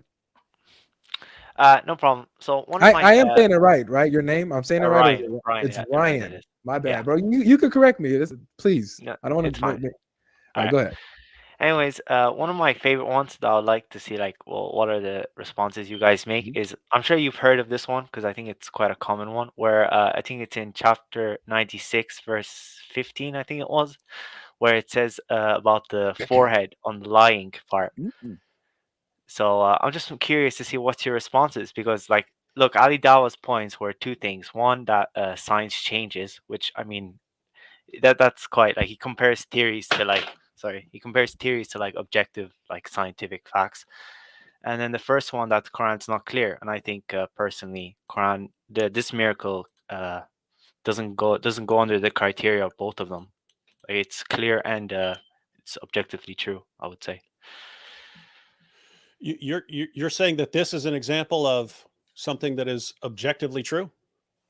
Like the Quran is getting this right?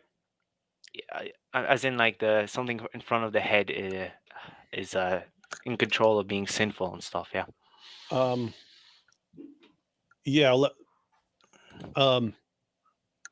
You're being nice, so I'm okay. You can talk however you want. I don't really mind. I don't care. Okay, that's fine. So yeah, I would just say let's read these verses. Well, let me read multiple translations, and then I'll state what the claim is, and you can add anything you want to that so people understand what the claim is.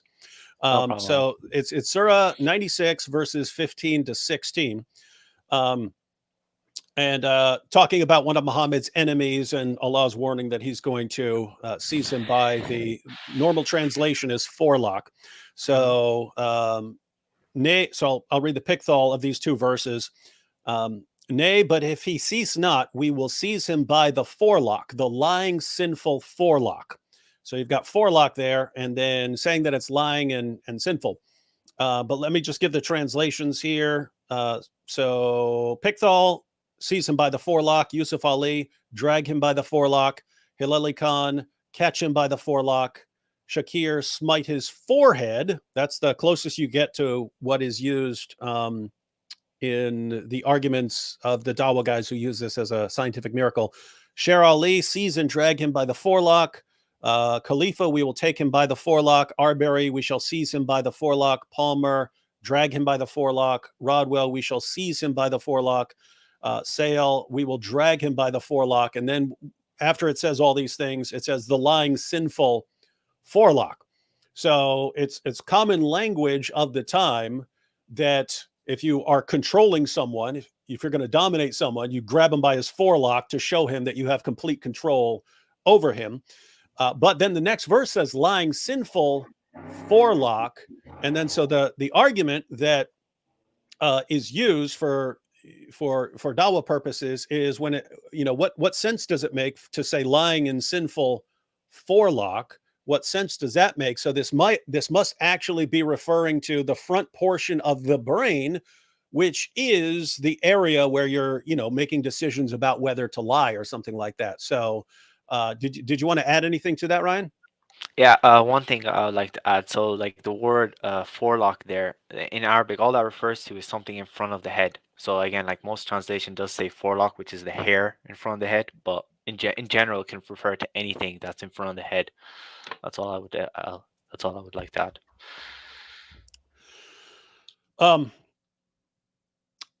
Okay, so let me ask a question here. No problem. So I will quote Sunan an-Nasai, and I can give you a matter of fact, I can quote a bunch of them. Sunan an-Nasai 3572. It was narrated that Jarir said, I saw the messenger of Allah twisting the forelock of a horse with his 2 fingers and saying, goodness is tied to the forelocks of horses until the day of resurrection. So he's physically twisting the forelock of a horse and saying, goodness is tied to the forelocks of horses until the day of resurrection. Would you interpret that as having something to do with the brain? Because in other words, I would read the Quran. I would read the Quran the exact same way that it's talking about grabbing someone by the forelock. It says grab him and drag him. If you're saying it's referring to front part of the brain, then he's grabbing him and dragging him by the front part of the brain, which I think you could, in a sense, say that, if Allah's like grabbing someone in like a spiritual sense and making him do what he wants or something like that. But you have a bunch of passages talking about the forelocks, even of animals, and talking about there can be goodness and so on in the forelock. So what I'm asking is, do you think all these passages about forelocks of horses and so on and goodness in the forelocks of the horses, that this is talking about the horse's brain, or is this just actually the forelock of the horse?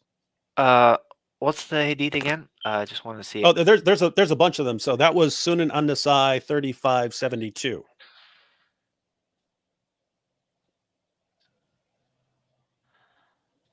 And matter of fact, I mean, I don't know if you're looking that up, but I can quote some more for people who are watching. So Sunan Abu Dawud 2542.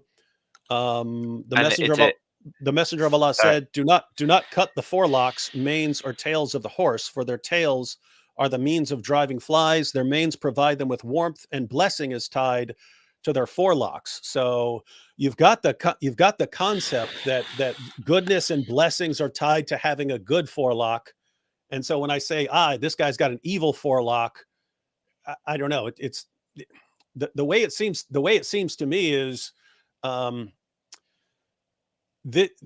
way I'm reading all these passages having to do with forelocks is that, like, someone who's good, you can easily guide him by the forelock like a horse, and someone who's bad, you really got to grab him by his lying sinful forelock, because he's going to be resisting what you want. So putting this through sort of the paradigm that that Ali Dawah was sort of loosely presenting, but Hamza Tzortzis was presenting more fully, you'd have to say that the science here is settled. And on this issue, I won't dispute the science, even though I think you can, because I have read that lying involves multiple parts of the brain, because it involves remembering what you're lying about and things like that. So it involves multiple parts of the brain.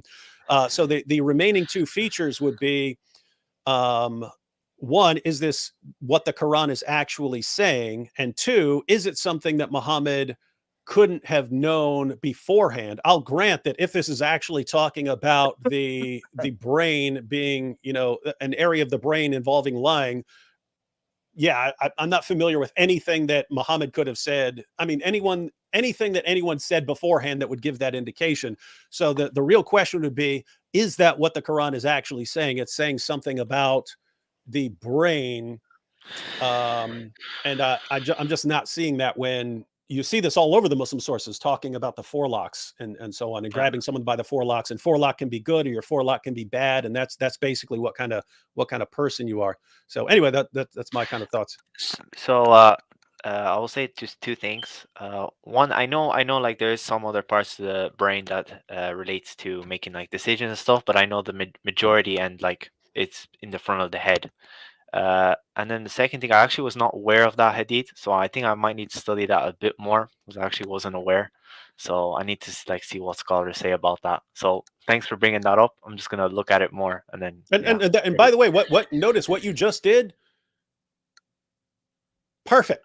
That is exactly that should be the attitude of Christians, of Muslims, of everyone. Hey, here's something that I got. I read it. I saw someone make a case about this. But now an objection has been brought up to that argument, and instead of making a decision, I'm going to go look it up. That is exactly the appropriate response. Yeah, because I do think the Quran was quite clear, but now with this hadith, I just need to verify. Just check it again. So yeah, and just so you know, because there are a bunch of them, you can go to a hadith source with a search engine. So you could go into like sunnah.com and type in forelock. It's going to give you a bunch of these kinds of passages involving the forelock. All right. Anyways, thanks for the response, guys. Thanks. Yep. By the way, Avery, I got to go and I should be gone already, but I'll hang on for about 5 more minutes. Yeah, no problem. And I mean, I think that we're pretty much, we've run through everybody. We got one more. Well, by the way, this is why notice it's actually good, right? Because the same would apply to Christians. If some argument that, millions of Christians all believed in, suddenly, some Christian stood up and said, that's all wrong. You would have Christians who believe in that going, what? How dare he say that? So at first there's hostility, but all of a sudden it looks like, there's a lot we can agree on and things have calmed down and so on. So this is actually good. Yeah. A lot of reason being used. People, it looks like the culture of Islam is swaying more and more towards our side. They're starting to like us a lot. What are the odds of that, guys? They're starting to like us, starting to like us and treat us with some respect and kindness. This is good. So, all right, we have one more person here that we haven't spoken to yet. How are you doing, my friend? My brother, what's going on? All right, you're a Muslim, right? Yes, I am. Thanks to David Wood. I'll definitely give him a shout out for that. I converted 3 years ago, and David was a big inspiration. I've been watching him for a while. I know about you. What's your name? Sorry, Sheikh Logic. I know about you because you're from Diego. So I seen you floating around sometimes over there. I'm not familiar with I'm not familiar with the middle guy, but I know I seen you floating around, and David Wood's a legend in the game, man. Sure is. Can I take this opportunity to promote my channel? Sure, go ahead, man. Come on. Yeah, so my name is Thaddeus. My channel is Reasoned Answers. I don't have like any strong personal connection to Islam. I just got very interested in the material through watching David Wood. So he's the inspiration to both of us. And I saw that Islam, at least in principle, is a history-based religion, just like Christianity, which means you can analyze it from a logical perspective, which is very attractive to me as a way to, or, as something to respond to, because most Christian apologetics is focused on atheism. And frankly, atheism tends to be very boring. It's just all the atheist sits up there and they say, whatever standard you bring, I reject your standard. You don't have any evidence. Therefore, I win, which is very boring. So having conversations with Muslims proved to be a lot more interesting. My channel is Reasoned Answers. And I have these live call-in shows just like Avery. Yeah. So just real quick before you go, my man, David, I know you see all the time comments from the Muslim side that say, I'm Muslim because of David Wood. You've seen these comments, right? Yeah, it's actually more common. No, I don't know. It could be totally accurate, but you could post a video. And have you guys seen this before, where you'll post a video and like there will be like 500 comments that all say this made my iman stronger. Yes, yes. Like there's no critique of the actual video or showing why the video is wrong or anything. It's just this is making my iman stronger. And I'll see comments. I was an atheist before I watched this video, but now I'm a Muslim, and it's like, wait, there's nothing in the video. There was one criticism. How did one criticism of Islam make you leave atheism?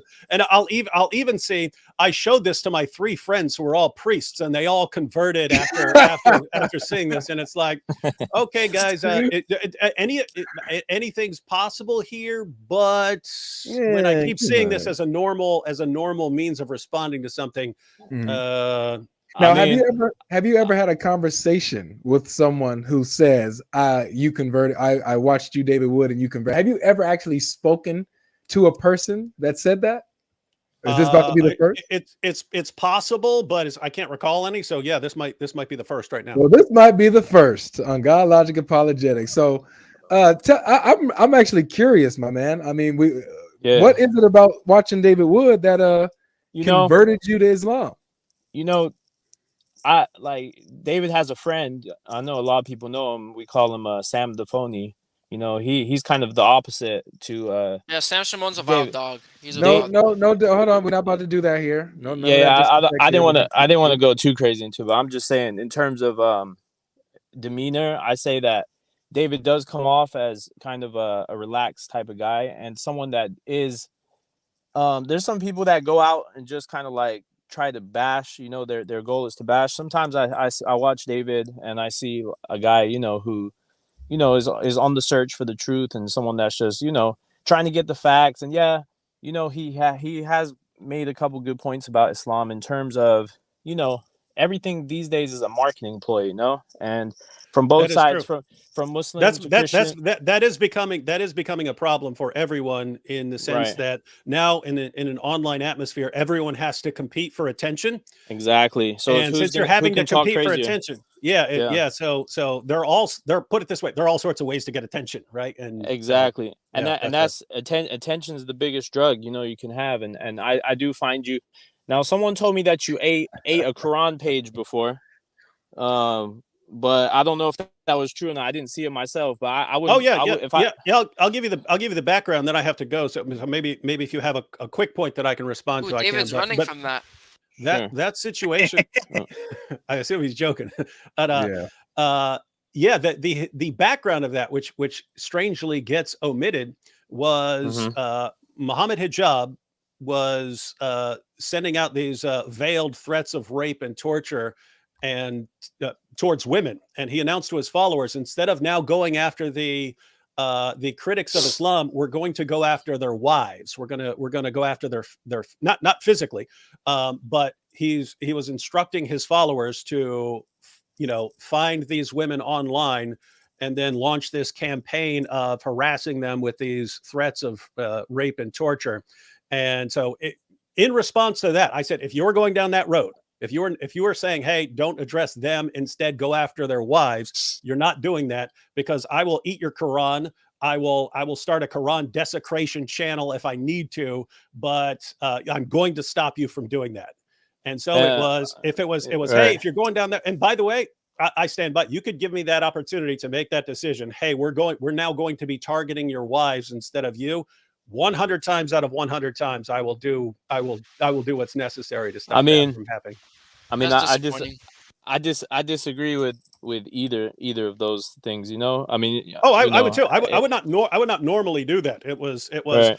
I've had for many years, I've been aware of Surah 6 verse 108, where that's the verse where the polytheists of Mecca announced, hey, if you keep criticizing our gods and goddesses, then we're going to mock Allah in return.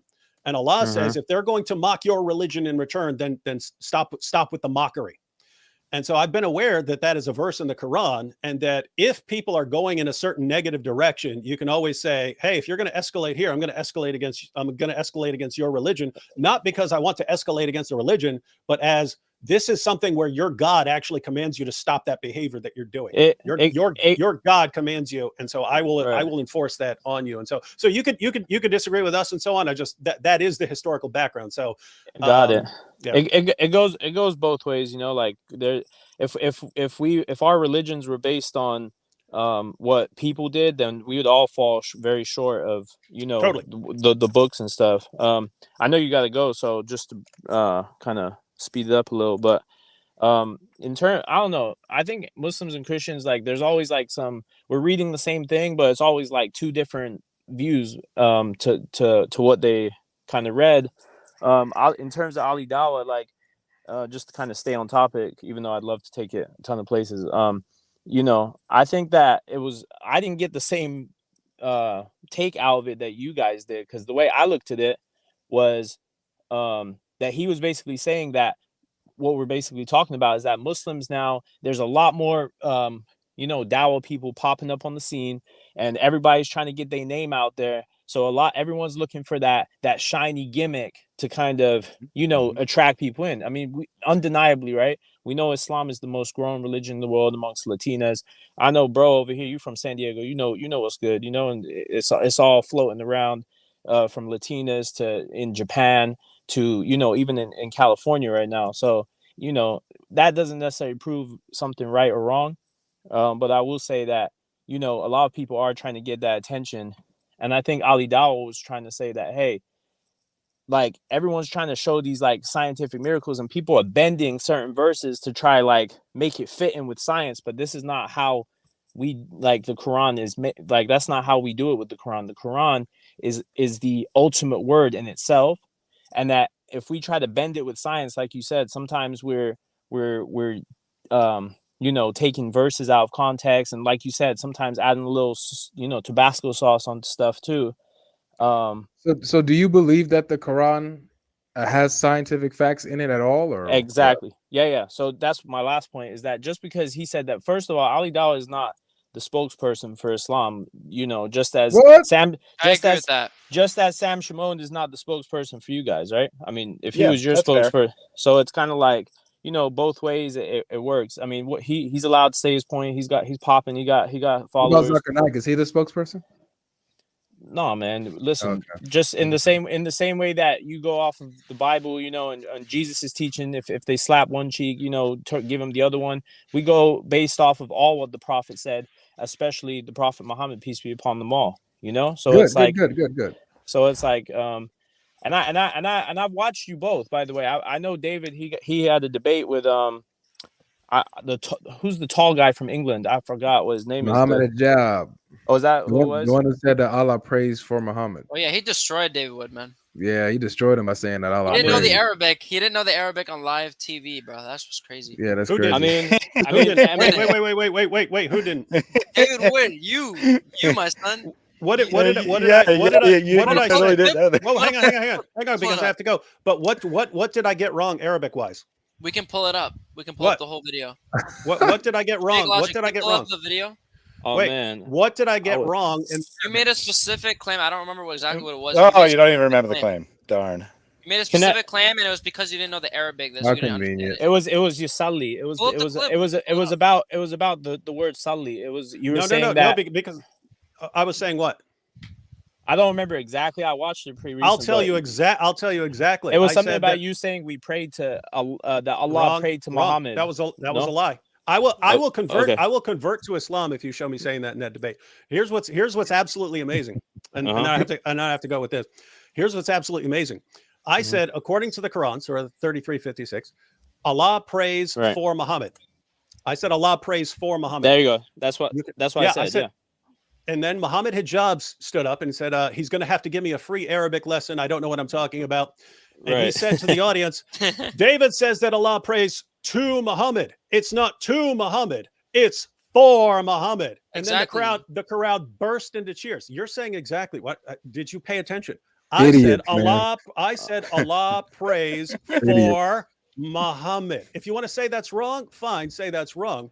But Muhammad Hijab got up, said that I said something I didn't say, then agreed with what I actually said, claimed to refute me, and the entire audience burst into cheers. And to this day, Muslims come up to me, haha, you said this thing that they didn't hear from me. They somehow zero in on what Muhammad Hijabs says that I claimed, and then they all cheer for it. But anyway, the reason that's actually an excellent point, because we're talking about attention, we're talking about people who are sort of rallying around different people and so on. And again, this is for anyone who doesn't know, everyone's going to have to deal with this, and it's going to be in increasing fashion, because when people start feeling like they're in danger because there are all these ideas that are coming at them and so on, the tendency is to rally around some hero. And then once you rally around some hero, then the tendency is not to question him, because that would threaten your membership in the group, which is there to protect you and so on. Honestly, So David, I feel like you haven't recovered from that debate. You haven't recovered since then. All right. Anyway, hey, David, before you go, just because I wanted to kind of get one scientific. Oh, wait. Let me just finish that point right there. So notice, think of this from a non-Muslim's perspective. Right. I stand up and I say, hey, I have an issue with the theology here. It says that Allah prays for Muhammad. Right. Allah and his angels pray for Muhammad. And then the response, haha, David said this, which I didn't say. He said he was waiting for it, which means he knows that I've been using that criticism, so he knows what I actually said. He said, David said this, something I never said. And then he agrees with what I actually said, which is like his stamp of approval on what I actually said. And then for years, Muslims boast that I've been destroyed. From a non-Muslim's perspective, we're looking at that and going, is this what dawah actually is? Someone makes something up, pretends to respond to it, actually agrees, and you just cheer because no one's actually paying attention to what was actually said. They just pay attention to, I refuted him. So anyway, the point is we understand that anyone can jump into a discussion. I destroyed you. Right. And if you're looking at what's actually said. So the point is, if you're looking at that from a non-Muslim perspective, you're going, that's actually concerning, that he could literally just say anything he wants right there. But is it vice versa? And they would cheer for him. But it's vice versa too, right? I mean, Sam said that's true for everyone.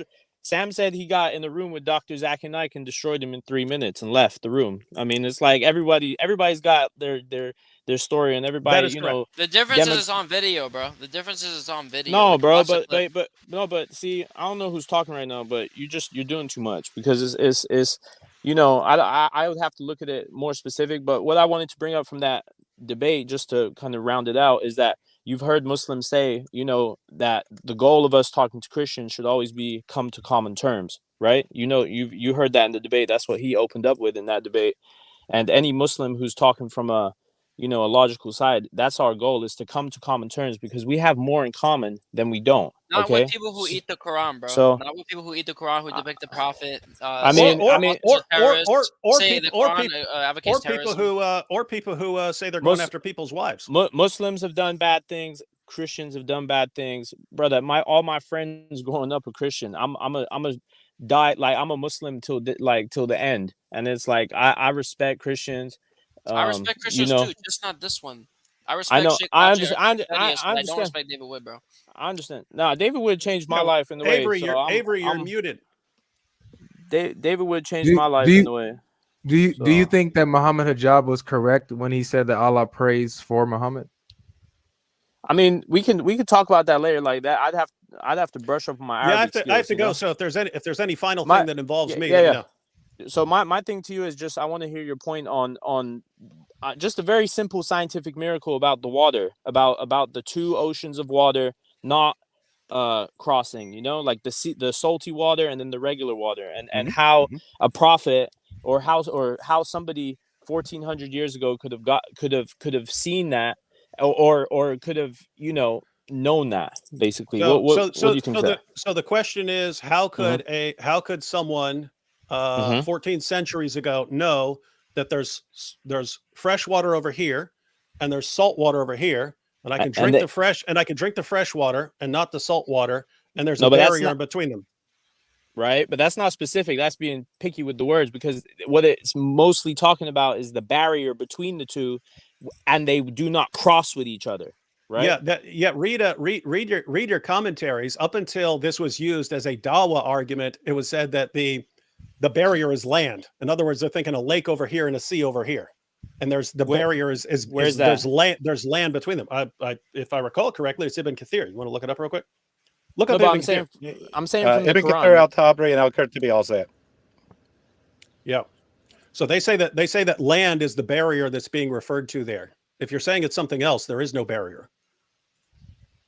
Well, I mean, have you seen the picture of the ocean where the Oh, soul yeah. and I forgot Yeah. what the, right. Yeah. So Yeah, that's obviously not land. I Yeah, don't so this go off of right.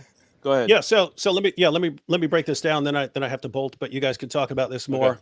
This is actually a perfect example. This is a perfect example of what Hamza Tzortzis was saying. So you'd have to say, you've got your science, and then you've got what the Quran is actually saying, and then there's whether this could be known ahead of time.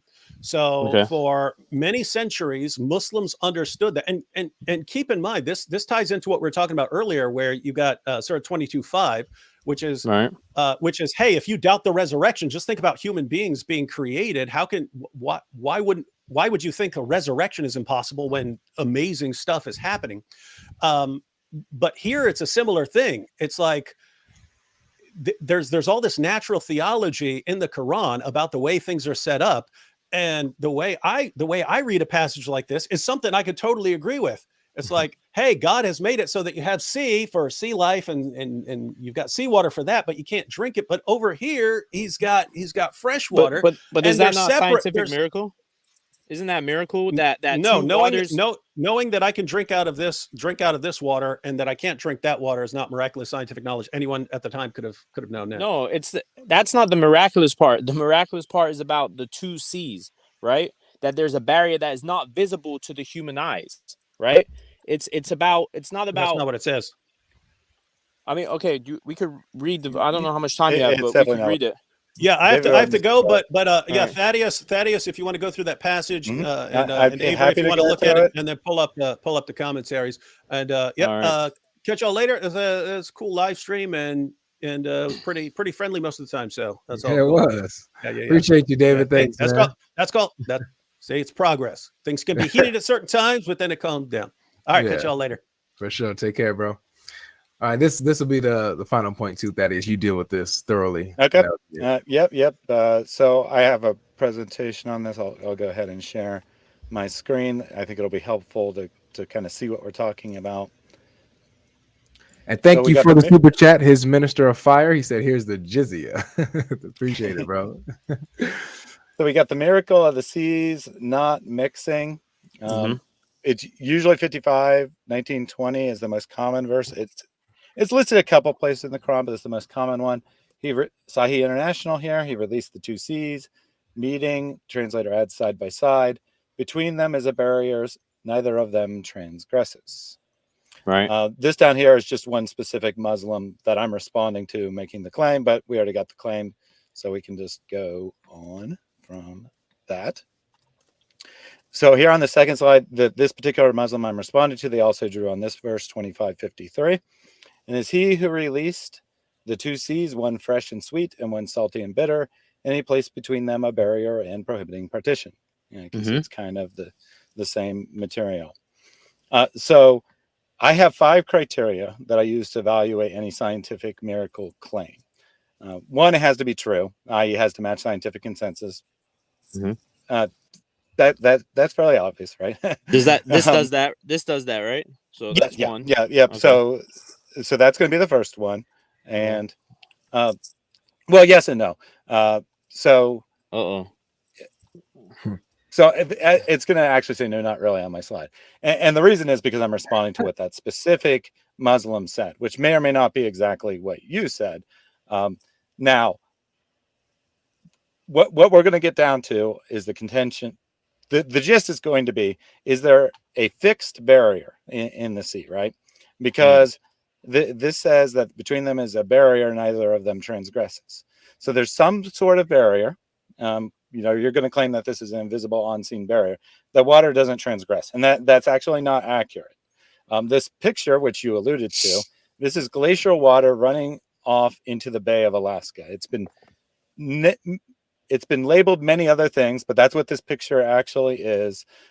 It is a glacial runoff that fresh water running into the sea. And what's actually happening, although there's this distinct color difference, right, is that they're mixing. They are literally mixing. There's no barrier here. It's just that because fresh water is lighter and there's a lot of it going into the sea, that for a period of time, it remains on the surface before it sinks. And this barrier, this so-called barrier, this meeting point, is constantly changing. It's constantly moving Wait, around. so you said, sorry to interrupt. You said they mix, right? But if you drank one side of that versus the other side, would they taste different? Well, okay, they mix at a point. Obviously, they don't mix everywhere, which is what the Quran is actually talking about. It's talking about how rivers don't mix with the ocean doesn't overcome the river and make the river salty. So yeah, on the one side is fresh water, and the other is salt water. But there's no barrier. There's just a mixing point. So the force of the water going into the ocean is. You're saying mixing. You're saying mixing point, but where is there three? Because there's one side of the line. Sure. Sorry. Go ahead. The visual you see in this picture is the mixing point. It's the same principle as what you have when you have a freshwater river run into the sea. So what's the mixing point? How would the water taste at that mixing point? The term used is brackish. It's semi-salt. Like it's not as salty as salt water, but it's not fresh water either. The term used is brackish. So, at this exact point, I mean, it's going to depend on where you dip your glass, obviously, into the ocean, exactly how it's going to taste. But a barrier should keep them from mixing, right? The barrier isn't transgressed. They should never mix. But in fact, they are mixing. And the runoff is just strong enough that it doesn't mix at the exact shore. And the same thing happens at rivers. When you have a river coming in, if it's a big, powerful river, the fresh water goes out into the ocean for a period of time before it completely mixes. But if you sample right next to the shore, it's almost 100% fresh. You sample out 100 feet or whatever, it might be 70% fresh water. 200 feet, it might be 40% fresh water. It's a gradual process of mixing the more you go out. Right, but you haven't, in my eyes at least, you haven't proven that the water does mix, because you just said that the fresh water is less salty or it's less dense, than the other water. So it wouldn't. How would it? Like, I'm trying to figure out. Okay, right. So this water will taste like that. This water will taste like that. So you're telling me brackish water. So where would that, in that picture, where would the brackish water be? Yeah, so it's going to be like right at the edge here, like in the white partition, like the whitish part, right? Where it's kind of like it looks like a little wave. That's probably going to be like 90% fresh, and then if you go out, in this case, just a couple inches, it's going to be 70%. Then a couple more inches, it's going to be 40% or whatever. In this particular case, it's going to be really fast, the mixing, so it's going to be right there, and you can actually duplicate this principle in your own home. You can make like a glass of really salty water, and if you pour fresh water on top of it, as long as you pour it slowly enough, it's not going to mix initially. But if you wait a day or something, it'll be mixed. So it's not a barrier. It's just that the process isn't instantaneous. Okay, so referring to that, you're basically saying that it cannot be a scientific miracle then? Well, so I have 5 criteria, right? So let's not worry about the true one for the moment, because that was the why I say it's not really exactly true. But that's actually going to be less relevant, I think, probably to you than the other criteria. So let me just go ahead and introduce sorry, my cat's blocking my monitor, so I'm struggling to see where the button is to advance the slide. Okay, so here I said it. I said that the viral picture is glacial runoff, and this particular Muslim that I'm responding to signals out the Mediterranean Sea, and that's very common. That's the usual one that they point to between the Atlantic Ocean and the Mediterranean Sea, claiming there's no mixing, which is simply false. And then this picture right here. This picture is something that's often cited as proof of this miracle, and the irony here is that I tracked down the book it comes from, and the coloring has been added to try to make it look like there's not mixing. But what the diagram is supposed to show is how the Atlantic Ocean is going into the Mediterranean basin, and a small amount of the Mediterranean Sea is spilling out, and it's down lower because it's denser water, and the Atlantic is at the top. And like, if you just look at the the coloring in the picture, like, oh, they're not mixing, but that's not what the author who drew this picture is actually saying at all, because those coloring isn't there in the original version. So yeah, that's his quote about it, but I won't worry about that since you didn't make the Mediterranean Sea. And here you can kind of see the same phenomenon with a muddy river, right? You can see how the river is going into the bigger body of water. I don't know exactly what river this is, so I can't say what the body of water is, but the small river is going into the bigger body of water, and you can see how, since it's been raining and there's mud in it, you can see how it's not like mixing immediately. But if you look really closely and you zoom in, you can see that at the edges it's starting to mix. Yeah, but okay, go ahead. Sorry.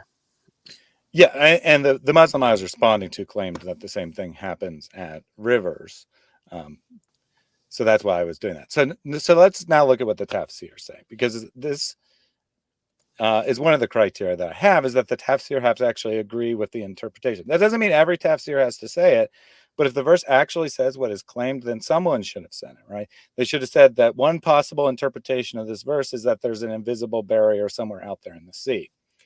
And so, as David alluded to, Ibn Kathir, he just straight up says it's dry land, right? That the barrier being discussed is dry land, that Allah in his wisdom, he put the fresh water that's useful to humans in lakes and elsewhere, then he put a barrier of water between it, or I mean a barrier of land between it, and then the salty water that's useless to human beings, or at least not very useful to human beings.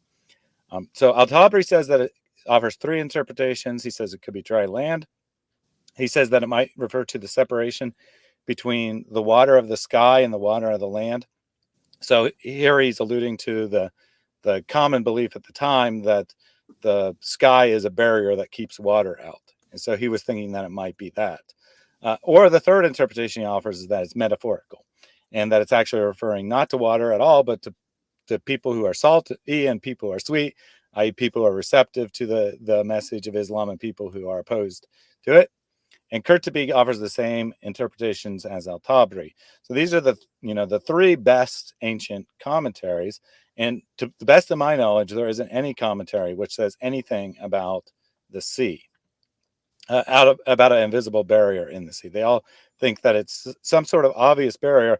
And I think the reason they think this is because, going back to the verse real quick, it specifically says, sorry, there's a criteria, the two seas, right? It doesn't say that where seas meet, there's a barrier, but it says it says the two seas, right? Definite article that it thinks there is two types of seas. And then sorry, I keep hitting the wrong button.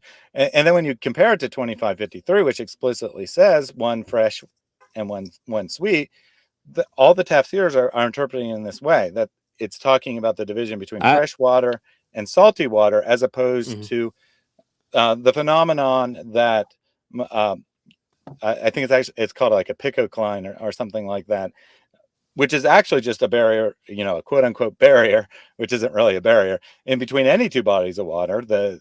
They could both be salty, right?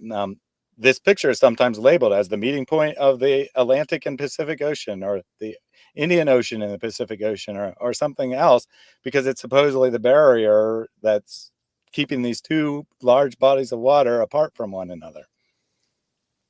All right, I'm reading Katir right now. I'm not quite. It's not quite what you're saying, because what I'm reading of what he said was that it was a divine barrier between the two, so that can't be seen. So he is saying that it can't be seen, and that it's a divine barrier between the sweet water and the salt water. Which verse is that in reference to? Because I was specifically the Tafsir. I was talking about the Tafsir. Yeah. So the Tafsir on which verse? Because the Tafsir I looked at was on 55, but he could say something different about one of the other verses, because it's in the Quran about 4 times. Right. So well, he's talking about all of them: 55, 19 through 21, 27, 61, and Yeah, but the Tafsir is organized by verse. So can you tell me which verse he's talking about when he says that, so I can look it up later? I mean, I can look. I guess I could look at them all. It's But I mean, it's the one if you're it's it's the one you're confirming, talking it's the one you're talking about. 55:19 through 21. okay. It says he's saying he has set a barrier and a complete partition between them, meaning that the sweet water and the salt water means a complete partition means a barrier to prevent one of them from reaching the other. So it has nothing Right. to do with has nothing to do with. Well, he goes on. He goes on to describe it as dry land. So that's just saying there is a barrier. I don't disagree that he would say that. But you said that he said something about it being invisible. Yeah, about it being a divine barrier not seen by the eye. But then what you just read didn't say anything about being not being seen by the eye. And So environment means dry land means one of them from reaching the other. Okay, so this is for the 2761. Then I was wrong. So it's for 2761, which also refers to it as well. Either or, just in big picture, you know, I think that's like a yoga stretch trying to say that's not a scientific miracle, just because I feel like I haven't actually just given you my reasons. No, and I didn't even talk. I was just listening the whole time. Yeah. You've been very respectful. My thing is that like there's a lot of like yoga stretching and stuff going on when it comes to that, because it's like you can I mean, atheists do it the best, right? They just try to prove everything. Like I could tell you, like I was on a hike yesterday. I was looking at the mountain, the ocean, everything. Like I could tell you, like, yo, look at this. How could God not have?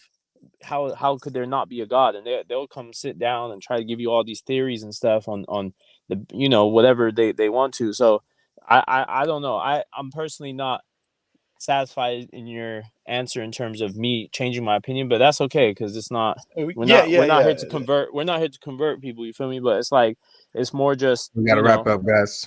Yeah. So I looked at 2761 and I'm not seeing the words that you said. So it could be a different translation, but I'm not seeing it. That's what I'm saying, man. We all gotta learn Arabic. Hey, man, if y'all Bro, really you got we're gonna be live tomorrow. I'm gonna be live tomorrow. You got time? You can come back. Same time? That works for you? Oh, I'm actually gonna be alive a little earlier, like probably at Are you from Cali? Yeah, I'm from the west side, bro. I'm from Bompton. Sure. Okay, so but I was in San Diego in my days. You was in San Diego in your days. I was with I was with the Somalians. You feel me? Good. We got to meet together and do a video, man. Oh, bro, I'm not even in this world, bro. Like the religion world. Like I just am interested in it, but I leave that to Uthman and the warrior and all them guys. I care about your soul, man. So. Brother, I care about yours too, bro. Come on, man. Like, he wants to give you tic tacs, bro. He wants to blow the tic tacs and all that. So we should talk. Hey, bro, the church wasn't even letting us drink from the water fountain until 1980s, bro. Come on, I don't care. I don't care about all that. I care about the truth. Can I ask you to do something for me? Can you post a link? Yeah, can you post a link to what you're reading so that I can look at it? Yeah, I got my laptop. I'll send it to my phone, and I'll be back. Yeah. Just post. Post a link in the comments. Once the stream ends, you'll be able to post a link in the comment section. What's your channel? What's your channel? Oh yeah. You can go to my channel, reasonedanswers.com, or I mean, reasonedanswers.com. Yeah, well, I do have reasonedanswers.com, but that's not what I meant to say. Go to Reason to Answers, my channel, or email me. I'll put my email in the private chat. Yeah, I want to ask bro a question real quick. What's your name, bro?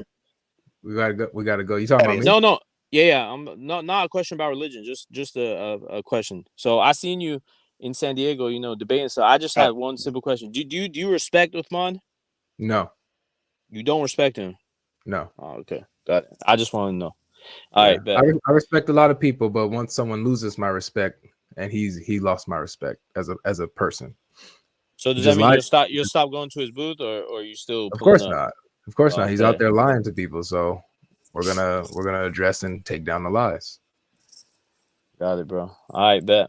Well, But yeah, I'll be live tomorrow, man. If you got time, come on through. It'll be Yeah. more of an open discussion, so we won't be focused so much on scientific stuff. We'll be talking about Perfect. anything. We'll talk Oh, about the Bible and everything, bro. don't make me start with Yeah. John 2017. I'm coming hot. If we talk All about right, the yeah, Bible, I'm come coming hot. hot, come hot, Awesome. hot. come hot. Awesome.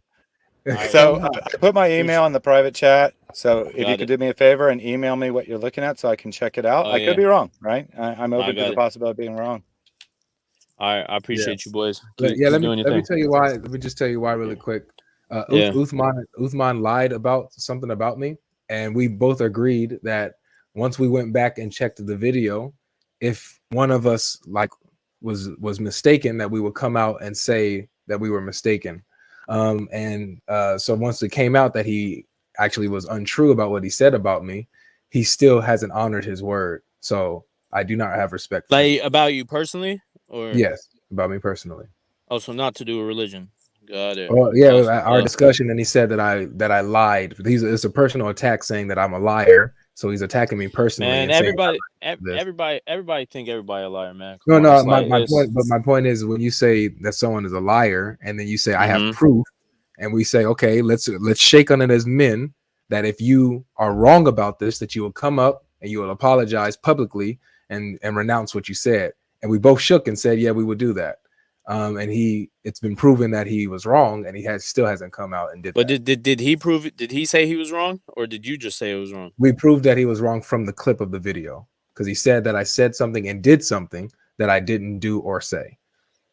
It's in the video. I have a whole video on it. Got if you it. want it. So it's a little more personal than just like it's a little more personal than just religion, because he got a lot of knowledge, bro. It's a personal attack, and so you Yeah. asked me, when you ask me, do No, I no. respect someone? That's a No, I personal understand. thing. No, I You feel me? understand. I understand. I thought I was talking more about the knowledge. I didn't even know stuff got that personal. No, not even his knowledge. He doesn't know anything. Come on, bro. I'm serious. Come on, He bro. didn't even know. He said that he has all these little stickies in his Bible and tries to pretend that he knows the Bible and he studied it. And he Bro, didn't even come know on. when I told him to go to 1 Corinthians, he didn't even know which way to go. Bro, come on, bro.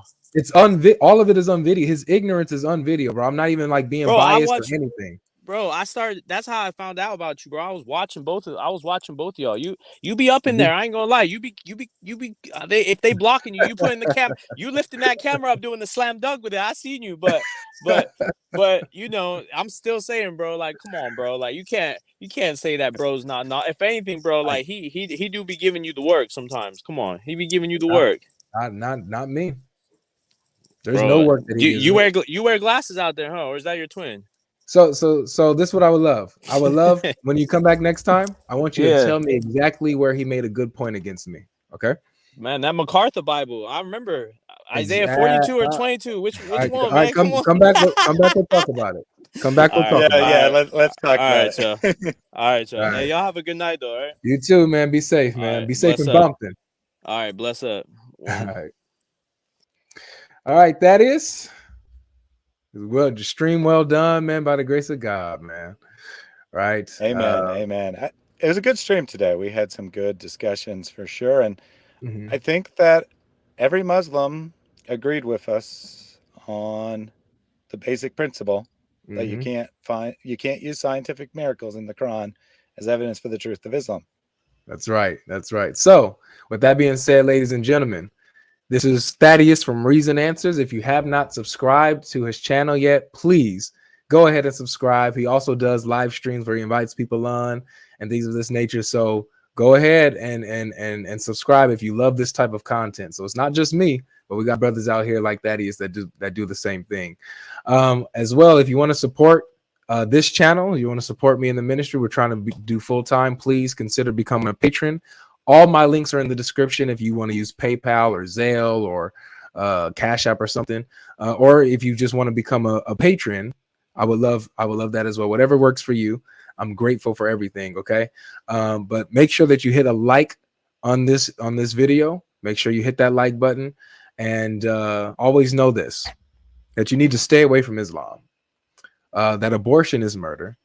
And that there's only one God who is triune, who in the person of his son came down, Thaddeus, died for our sins, took the punishment that we deserved, rose on the third day in authority, and is ascended next to the right hand of the Father, full of grace and truth. And that, ladies and gentlemen, is the only way to salvation. And that's the God logic right there. All right, peace. It's God.